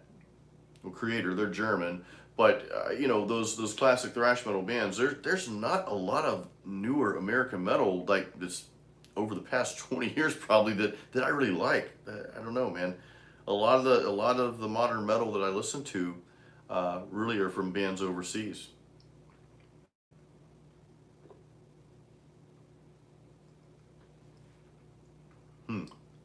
I like to listen to Gojira.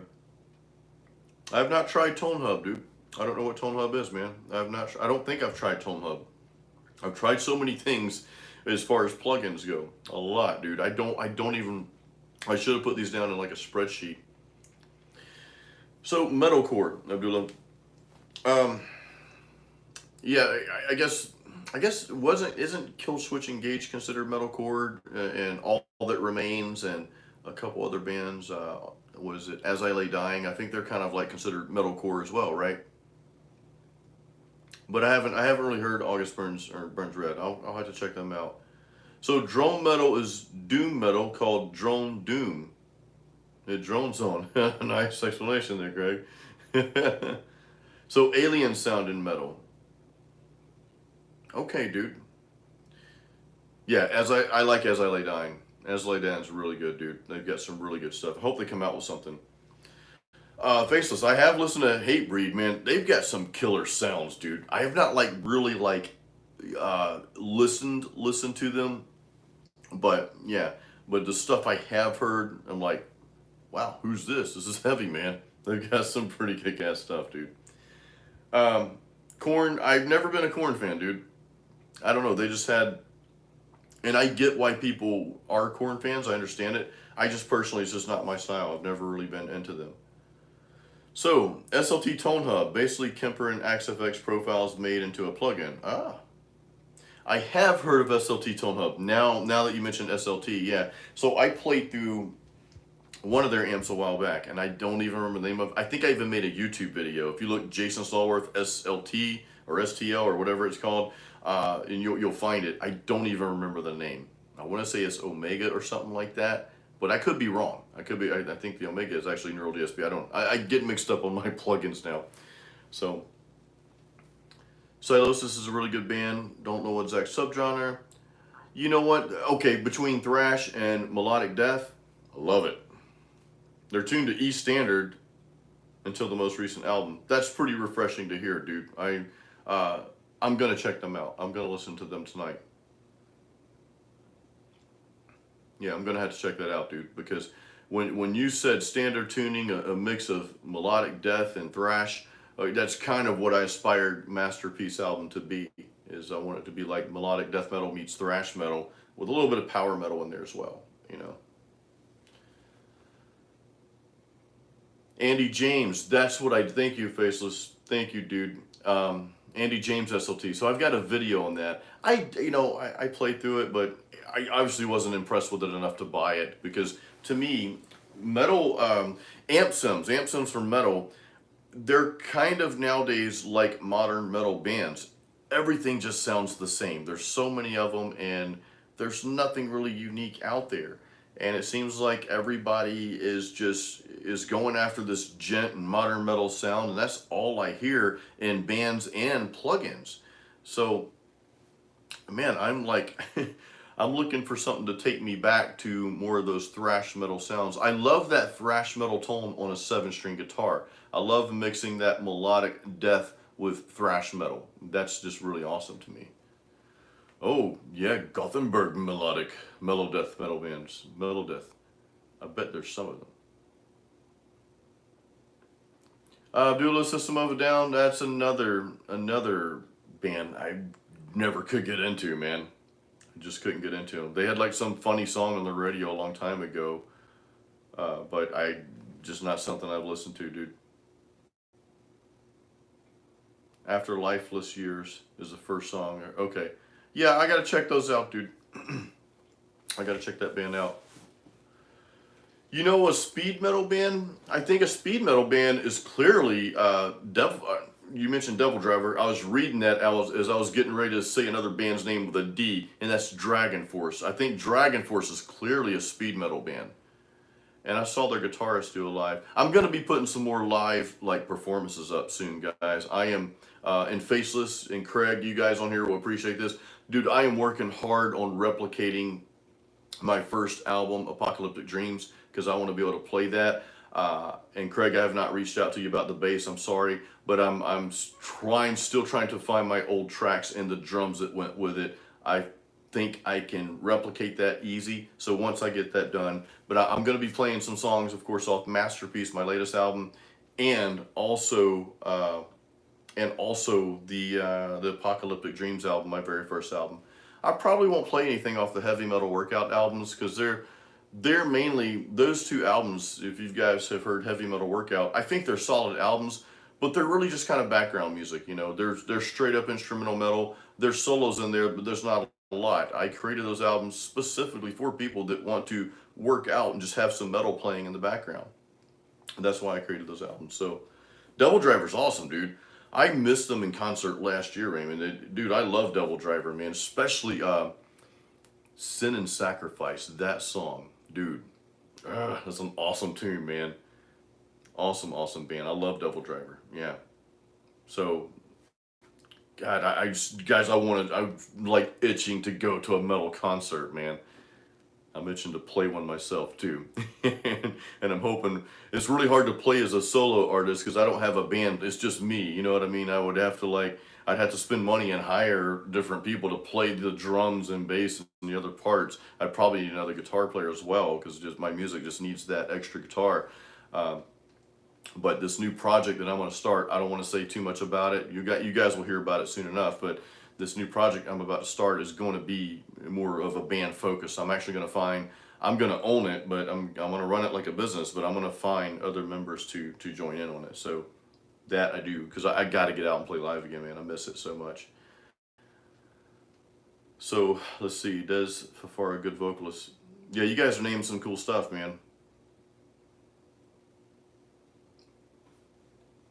Yeah, Clouds Over California. That was a Devil Driver song.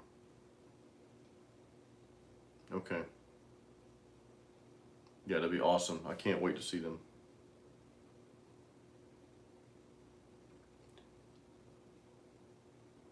All right. Sorry, guys. I'm just not being silent. I'm just trying to catch up. I like to stay involved with the comments here. There's a lot to catch up on here. I'm almost done.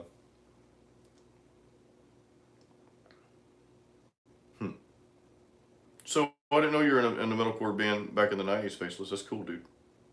That's really cool. It's fun. Bands are hard, dude, because bands, they can be like a marriage between 3, 4, 5 other people, however many people you have in the band. So it can be tough, but whenever I get back into that scene, which is going to be this year, uh, I'll be honest, man, I'm not going to tolerate any BS. It's like we can hang out and be friends and all that, but I also want it to be run, I want it to be fun. If it's not fun, don't do it, but I also want to run it like a business as well, I really want to take this, to that level. Latin America for the better ones. Didi, I'd say I need to go to Latin America to find other musicians, man, that want to play in this new project. Because, man, the Latin community, it's got a great metal following, man. You guys have some hardcore metal fans there. Europe as well. Europe and Latin America, super hardcore metal fans. I know there's a lot in Australia as well. They're here in the U.S. too, but the U.S. really has turned into like a predominantly, either hip hop rap or it's country, or pop or whatever. Just that anything that's just like super, super mainstream and all that stuff is starting to sound the same too. But in Europe, man, like Nightwish is big over there. They're not so big here. Although when I go to Nightwish concerts here, they're sold out. But I'm just saying, like, if you walk down the street in America here somewhere, it's like, hey, you ever heard of Nightwish? You're gonna be like, huh? You heard of Katy Perry? Yeah, I know who that is. You know what I mean? So it's not. Whereas you go in Europe, it's like, do you know who Nightwish is? And they're like, oh my God, yeah, I know that. You know what I mean? So it's completely different here in America. So I definitely wouldn't mind living in Europe for that reason alone. Josh Washley, you got it. So you got a version of Carol of the Bells, dude? So you've got a lot of fuzz in it. Dude, it depends on, I don't know anything about how you recorded that, Josh, so it's hard to answer, dude.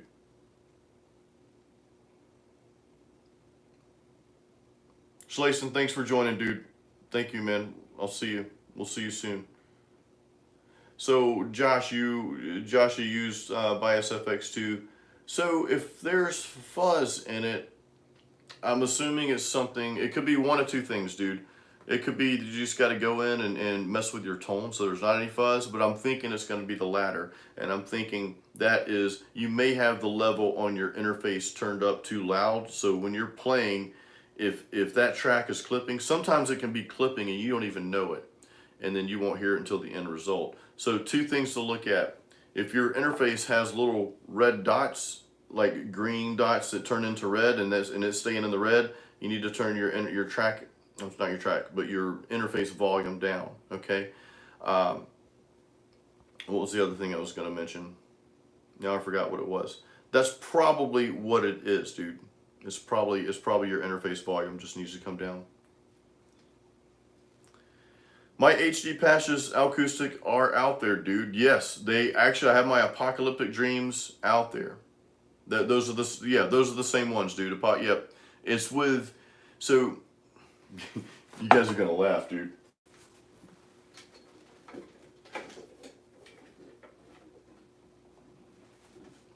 This is crazy. I can't believe I still have this thing. This is what recorded my first album, guys. The HD 500. That's it right there.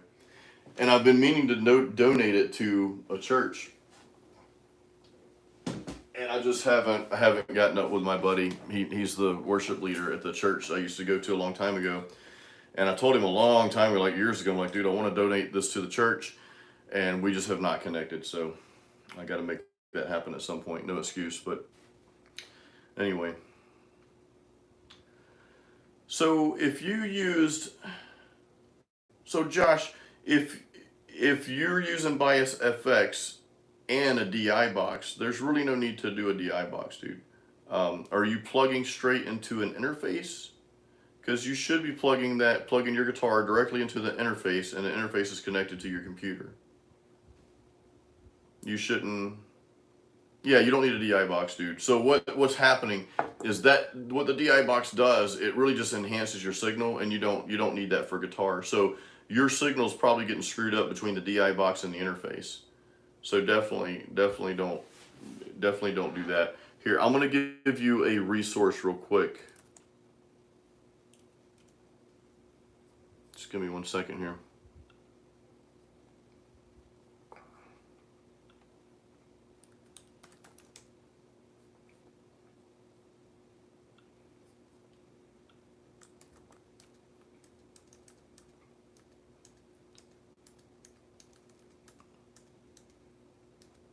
Okay, so go to, Josh, you go to this link right here, just open it and then just save it and read it later or whatever. That's a blog post I put on my website a while back. There's some videos in that blog post as well. Actually, everybody go to that page and read that. Spend some time reading that blog post, guys, because I spent a lot of time writing that up. And there's just a lot of good information about how to set up your studio and kind of the basic stuff that you need and how everything works together. So go through and read that. Basically, if it's not in that blog post, you don't need it. In that post, I give you every single thing you need. So yeah, you're welcome, Josh. Yeah, definitely check that out. And you guys, I put it out there because when I first started recording, dude, I ran into so many hangups, man, and it was all new to me. It was frustrating. So that blog post, it is kind of long. I'm not gonna lie, but it covers pretty much every aspect, even drums, which I recommend hiring a drummer if you're not a drummer. But even covers what I use for my demos and stuff, you know. So check that blog post out. I can't stress that enough. Josh, you also, when you go to that page, there will be a pop-up that comes up asking you to join and get a free guitar guide. I suggest you download that, and that'll get you into my list. Again, guys, tomorrow I will be sending out an email, and I do this every Friday if you're on my list, as a recap of what's going on. So, and I just posted the wrong link, I'm sorry.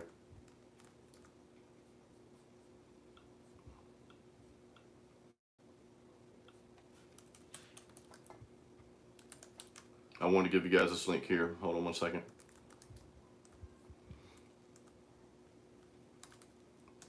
Get your guide. So that link I just put out, guys. I just put that out there, so you can get a free guitar practice guide. But then you're in my email list. I don't send out spam. You guys know me better than that. But I do send you an email every Friday. I will send you promotional things, but they're going to be from my shop. I'll never like try to sell you guys on something that's not mine. There is a course that I've been taking, and I'm going to talk more about that, and that's to help you musicians that are wanting to take things to the next level. That's coming down the pipe. But other than that, so Craig, Patreon, yes, dude. So guys, if you let me find my Patreon link. I had these saved, man, but I don't know what happened. I need to create like a tab with all these links in it. If you guys want exclusive stuff, then you can join me on Patreon. I'm on Patreon now. Craig, you would know, I have not put out anything this week. I'm planning to post like exclusive content on Patreon at least once a month, but probably twice a month. I'm gonna really try hard to do twice a month because with everything I have going on, it's hard to do that. But basically, what I posted last time, I think just last week, I gave out a backing track that you can download and jam to, so that's your track to keep. And I also put out there a downloadable tablature for a specific YouTube lesson. So that's the kind of stuff that my Patreon members get. Okay. So definitely, if you guys have the extra money to support, I've got different tiers that you can support at, from $1 all the way up to $100 a month. So whatever you can afford, and everybody gets the same content. I'll just let you know that, whether you're doing $1.50 or 100 or whatever, and that might not seem fair, but I didn't want to limit any content to anyone. And I figured, hey, well, if people want to give more, if they want to donate more, and they have that extra money to do that, I would, you know what I mean? If I'm really trying to support someone, and maybe finances are really good right now, so I might donate $20 or $50 instead of just one. So I leave that up to you, But either way, everybody gets the same quality content, so I don't discriminate. But let me go back up here. Faceless is talking about the Black Star, dude. So that Black Star is a 5-watt amp, right? It's a 5-watt tube amp. Or I'm sorry, 15 watt amp, my bad. So Black Star is Gus G. Gus G plays through Black Star amps. And I'm real curious about those. And dude, those amps are cheap. I mean, they're solid tube amps, and especially if someone like Gus G plays through them. You know, Gus G has his own band, Firewind, and then he also has solo stuff he does. And he played with Ozzy Osbourne for a little while, I think like a couple years or something like that. So he's a legitimate guitarist, man.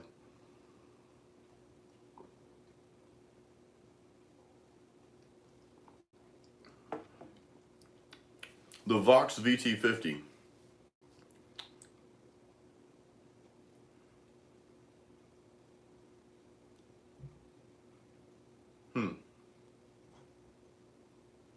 I played through a Vox a long time ago. So Didi, do I use all the gain, or do I keep it minimum playing? I like to back off the gain, dude. Well, I say back off. My gain, I'm looking right now on my amp, on my EVH amp. My gain's at about 6.5. For metal, for my metal rhythms, I rarely ever go over 7. So anywhere between like 6 and 7s, or excuse me, I'm trying not to burp, is a real sweet spot for those really nice metal tones. Because what happens if you crank that gain up too much and you're playing your rhythms, then your sound's going to be muddy. Now, if you're just strumming chords and that's what you want, fine. That's what a lot of the new metal bands did. They would just play chords. You know, there's no riffing. But if you're riffing, that gain's got to be dialed back, dude, because especially if the volume's cranked up on the amp, because otherwise your notes will not have any clarity to them at all. So you definitely want that. So yeah, around between 6 and 7. For leads, probably I would boost the gain, but let's say I'm playing rhythm through my EVH, for example. It's a 3-channel amp, but channel 2, the gain's not quite hot enough to give me what I want for rhythms. Channel 3 is awesome, perfect. So I'll have the gain cranked to around 6 or 7, and then I would want like a boost pedal to just give me a little boost for my leads, so that they cut through the mix a little better. Probably a little EQ boost too to give me some more mids. Raymond, good night, brother. We'll see you, dude. See you next time, man. Thanks for coming on. Brother Mike has joined. Man, Mike's late, dude. He's burning it. Mike is burning it up in the studio, I bet. I showed you guys this last time. I'm going to show it to you again. And Mike, I've got a picture. In fact, when we're done with this, I'm going to send you the picture. So, right here, guys. Do I have that upside down? That's my ESP case. Ariel's Attic. That is Mike's band, dude. That's Mike Olson's band who just joined. And for those, I know some new folks are on here. So Mike has, he has pulled the clear off. I didn't know I had clear on there, Mike. Crap, dude. I'll fix that later, man. Okay. He's telling me to pull the clear part off of it. Yeah, I don't know why I didn't think of that. So Mike has mastered all of my albums up to this point. So he is the master. Okay, I'll pull that off, dude. So I'll take another picture as well after I pull that off. Oh man. Yeah, the EVH Double G, the EVH just has a crazy amount of gain to it, and even at low volumes, I can play right here in my studio, and I can play at a volume that my wife won't even hear it downstairs at all. Our house is not that big; it's you know, it's pretty small, but yeah, and I can still get a really good tone, dude. It's really surprising. So I'm like, man, this is an awesome amp. The only thing I want to change is I kind of want a Marshall 412 cabinet, or even a Mesa 412 cab, and just see how that sounds with a 50 watt EVH head. So you're stuck, dude, between a Marshall JCM 900 or a Randall RG 103 right off the bat. And I've never played through a Randall amp, but right off the bat, I'd go with a JCM 900 if I had those choices to choose from. You know. So, anyway. that's just that. Yeah, Mike, I want the best of both worlds, dude. That's a cool Van Halen song off the 5150 album, by the way. Oh man. But yeah, the EVH gives just a tremendous amount of clarity to your notes. You can riff and you just, dude, it's perfect. And yeah, Mike, self-employed. Like I hear you on the self-employed part, dude. I'll be on the patio with my laptop in my lap, right after we finish this video. I'm gonna eat some more Thai food first that my wife cooked, which was awesome. I've never tried the 6505 Plus. Actually, I'm sorry, I take that back. I did play through it one time in a music store, long time ago, and it was the combo. It was the combo amp.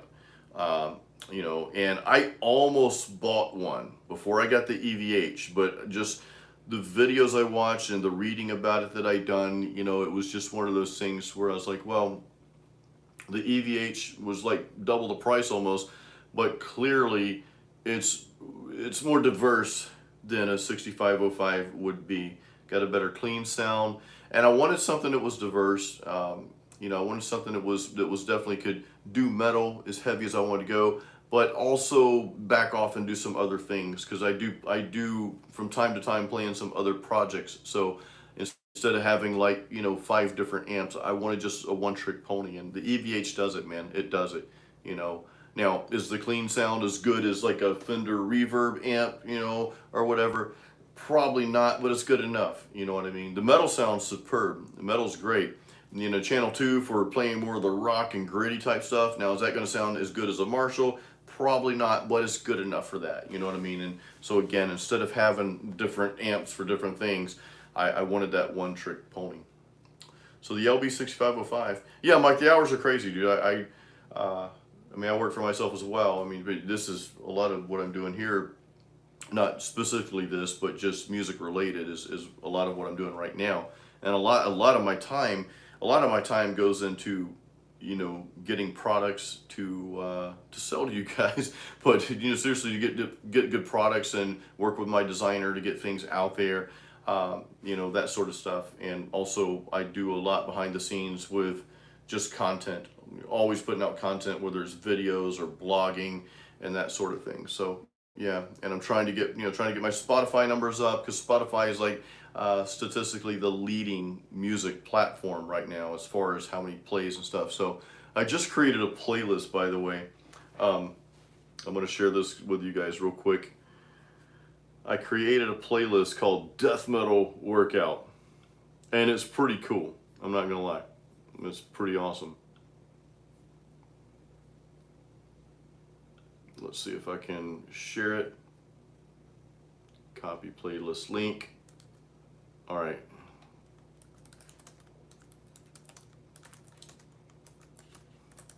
And of course, I include one of my songs in there too, because that helps me. But that playlist right there, if you guys want something to work out to, this death metal, I think I have 20 songs in there, and I plan to add a song a week or something like that. But just check that out. Listen to that.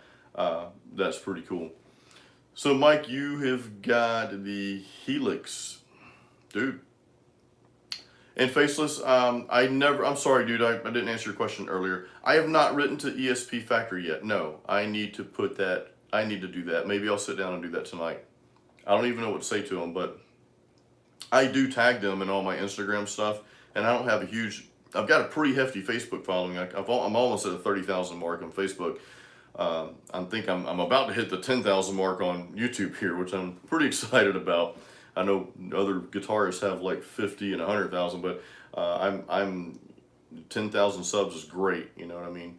But all that said, I'm hoping ESP would kind of see those numbers, because that's what matters to them at the end of the day is, or how's it going to benefit them if I'm on board with them? You know what I mean? How am I going to represent their brand? And I'll represent ESP all day, every day, man. But that's good advice, Faceless, and I'm definitely going to reach out to them and see what steps I would need to take, to do that, to get involved. So yeah, the Helix rack, Mike, I thought about, getting something like that for effects, especially playing live, because I'm kind of I'm a little set back by having to buy more pedals for my amp, and I don't know that I want a bunch of pedals. Now, Line 6, and I don't know if this is a Helix rack, but they make it. I know they have a pedal board to where you can actually tell the pedal where to route to. Like you've got all these pedals, these pedals for your amp to play live with, but you can tell it's like, okay, well, this is the stomp box for overdrive. I want it to route to be in front of the amp. And these are the effects, pretty much everything else that I want to be post amp, and you can tell it to route that way too. So that's all right, Mike. Doombreed, you gotta go, dude. Have a good weekend, man. Thank you, dude. Check out that playlist, man. Thank you. Thanks for joining, man. Love having you guys on here. This is so much fun, dude. I love these. I love these live chats. That's so cool. Sparkle Purple Clips. So, Amplitude 4. Oh, dude. Seriously, Mike? I want to see that, man. So you saw this recently. You're watching last night and a commercial popped up and Amplitude 4 and they were using my track and gave me props. That's awesome, dude.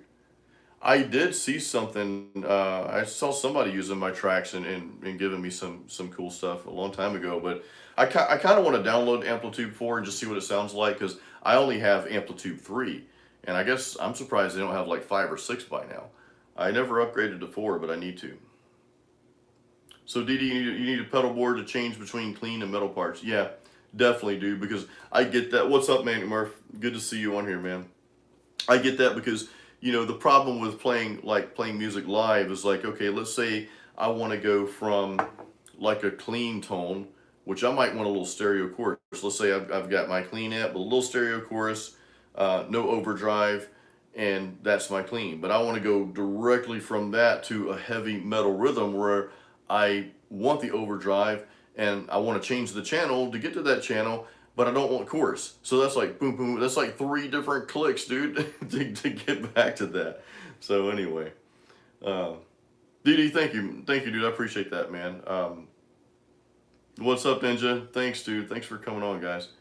No, Didi, I really appreciate that. I've heard a lot of people say I deserve more views and all that stuff, and I guess I never really figured out the YouTube algorithm.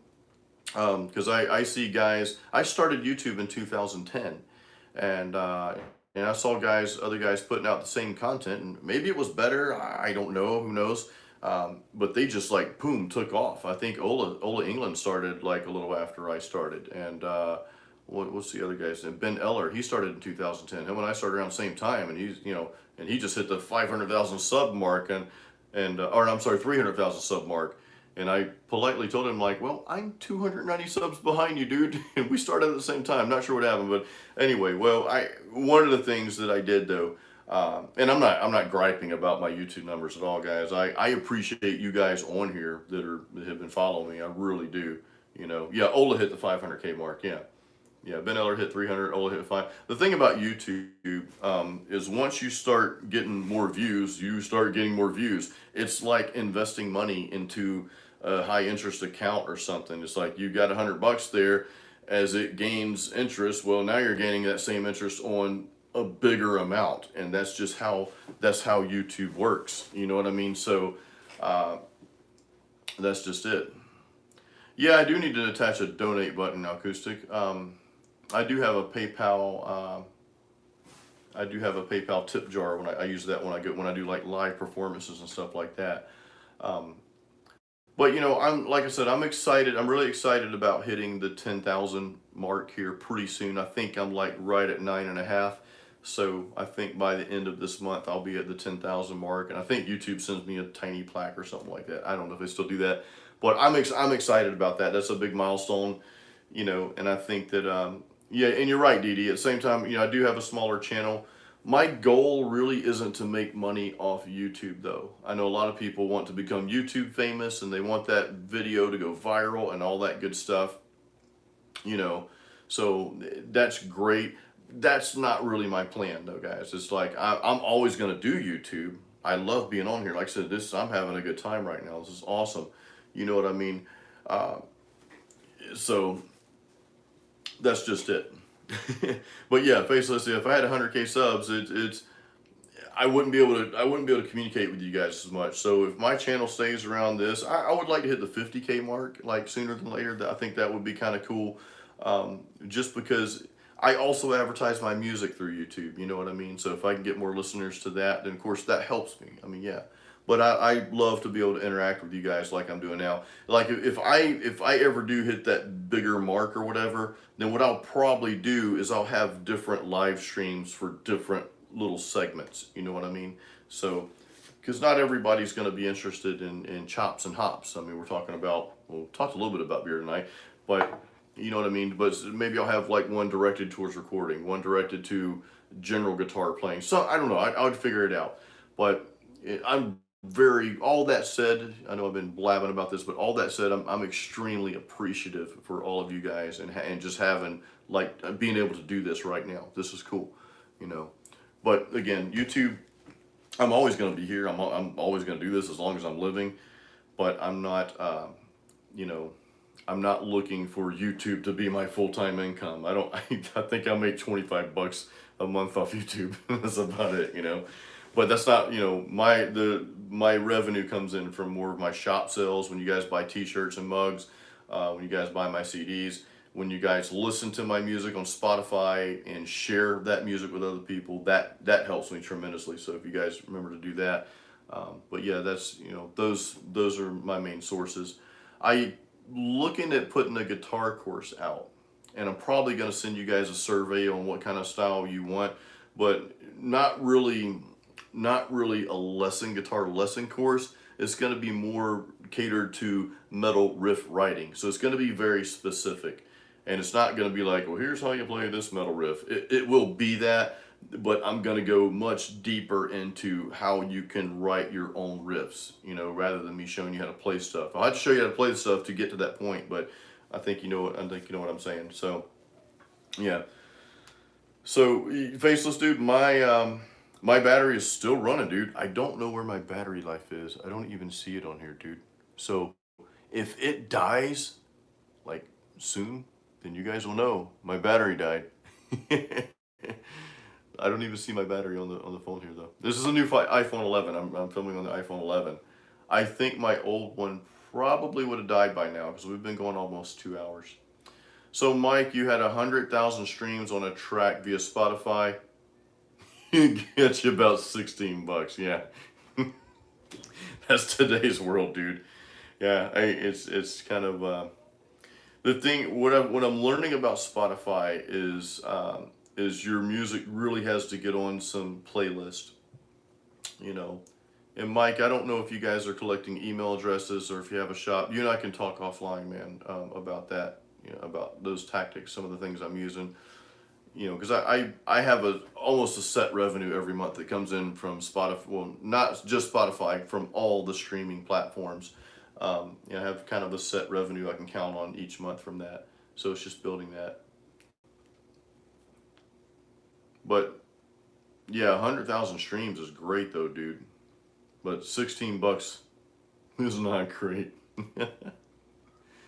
Oh, dude. Well, guys, we've been running for almost 2 hours here now, man, I could run here all night. So I know some people had to drop already, but before we check out, does anybody have any questions for me at all? You know? Hey, Craig, what's up, dude? Yeah, we'll be on next week for sure, man. I plan to keep doing this weekly because this is such an awesome. I'll take it back to 6:30 next time. I know some of you guys work late, but in the U.S. here, but I'm also trying to cater the times to the folks overseas. Faceless, I know it's late over there where you're at, dude. It's what 1 or 2 a.m. now. So and I've got some peeps in Australia there. Yeah, it is time to get some Thai food. I got a pick question. I'm going to answer that. Faceless, thank you for staying up, dude. Seriously, man, it's awesome. My go-to pick is, dude, where's it at? Here it is. This is my go-to pick right here, man. This is the Dunlop Max Grip, and it is .60, and I'm sorry for the glare. Max Grip Dunlop .60. This is it. Dee, thanks for joining, dude. Yeah, get some pizza in you, man. It's good stuff. Yeah, it's got the little gripples on there. Yeah, that's, and I tried, Mike, I tried your thicker picks before we check out, before it gets too late. I just want to post this link in case anybody missed it. This is your free practice guide here. Sign up for that.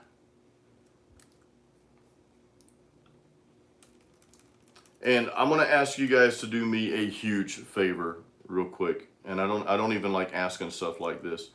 But the link I'm about to post right now, if you guys can please share this link right now. If you guys can please share that link on your social media. It says free 3 metal songs. I should have said 3 free metal songs, but anyway, dyslexic. But that right there, if you'll please share that link on your social media, jasonstallworth.com/join, just copy and paste that on your Facebook and Twitter, wherever else, or email it to people. I'd greatly appreciate that. So that link will go to giving people free of my tracks. I send them a new, and you guys can sign up for it as well. I give you a song each day that they can just download and have off my albums. I think there's 2 off Masterpiece and there's 1 off Apocalyptic Dreams. But and I'll tell you guys what it is just a way for me to get email addresses, to get people into my world of music, and hopefully make them fans of my music. And then, well, of course, I can, promote my music and my stuff on my shop and so forth. So please, if you guys don't mind, please share that. That's really awesome. Yeah, thanks for getting that practice guide. But yeah, that other link I posted, free 3 metal songs, that link, just copy that and paste it on your social media or anywhere that you possibly can. That will help me out as a musician tremendously, as an independent musician. So I would really appreciate that. And by the way, guys,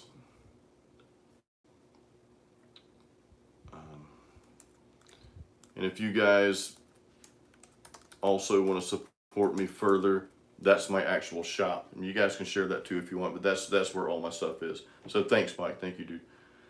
All right, guys, I'm gonna wrap it up, man. We've been going for a couple hours here. I think everybody's getting ready to eat. So Chris said, let's go all smoke a joint and go jam. I first, when I saw that, Craig, I thought you said go smoke a joint and go to the gym. I'm like, I think those need to be switched around. But yeah, let's go smoke a joint and jam, dude, with all the knowledge.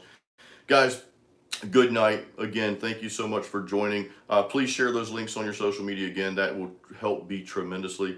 I appreciate you guys. And also, if you signed up for my free guitar guide, or if you've already done that and you're on my email list, you'll get the email tomorrow, kind of a recap of what's happened this week and just some cool insights I share with you in that email. And there's always stuff that you miss, so that way I catch you up on everything that's going on. Guys, have a good night. Love all you guys, and keep it metal.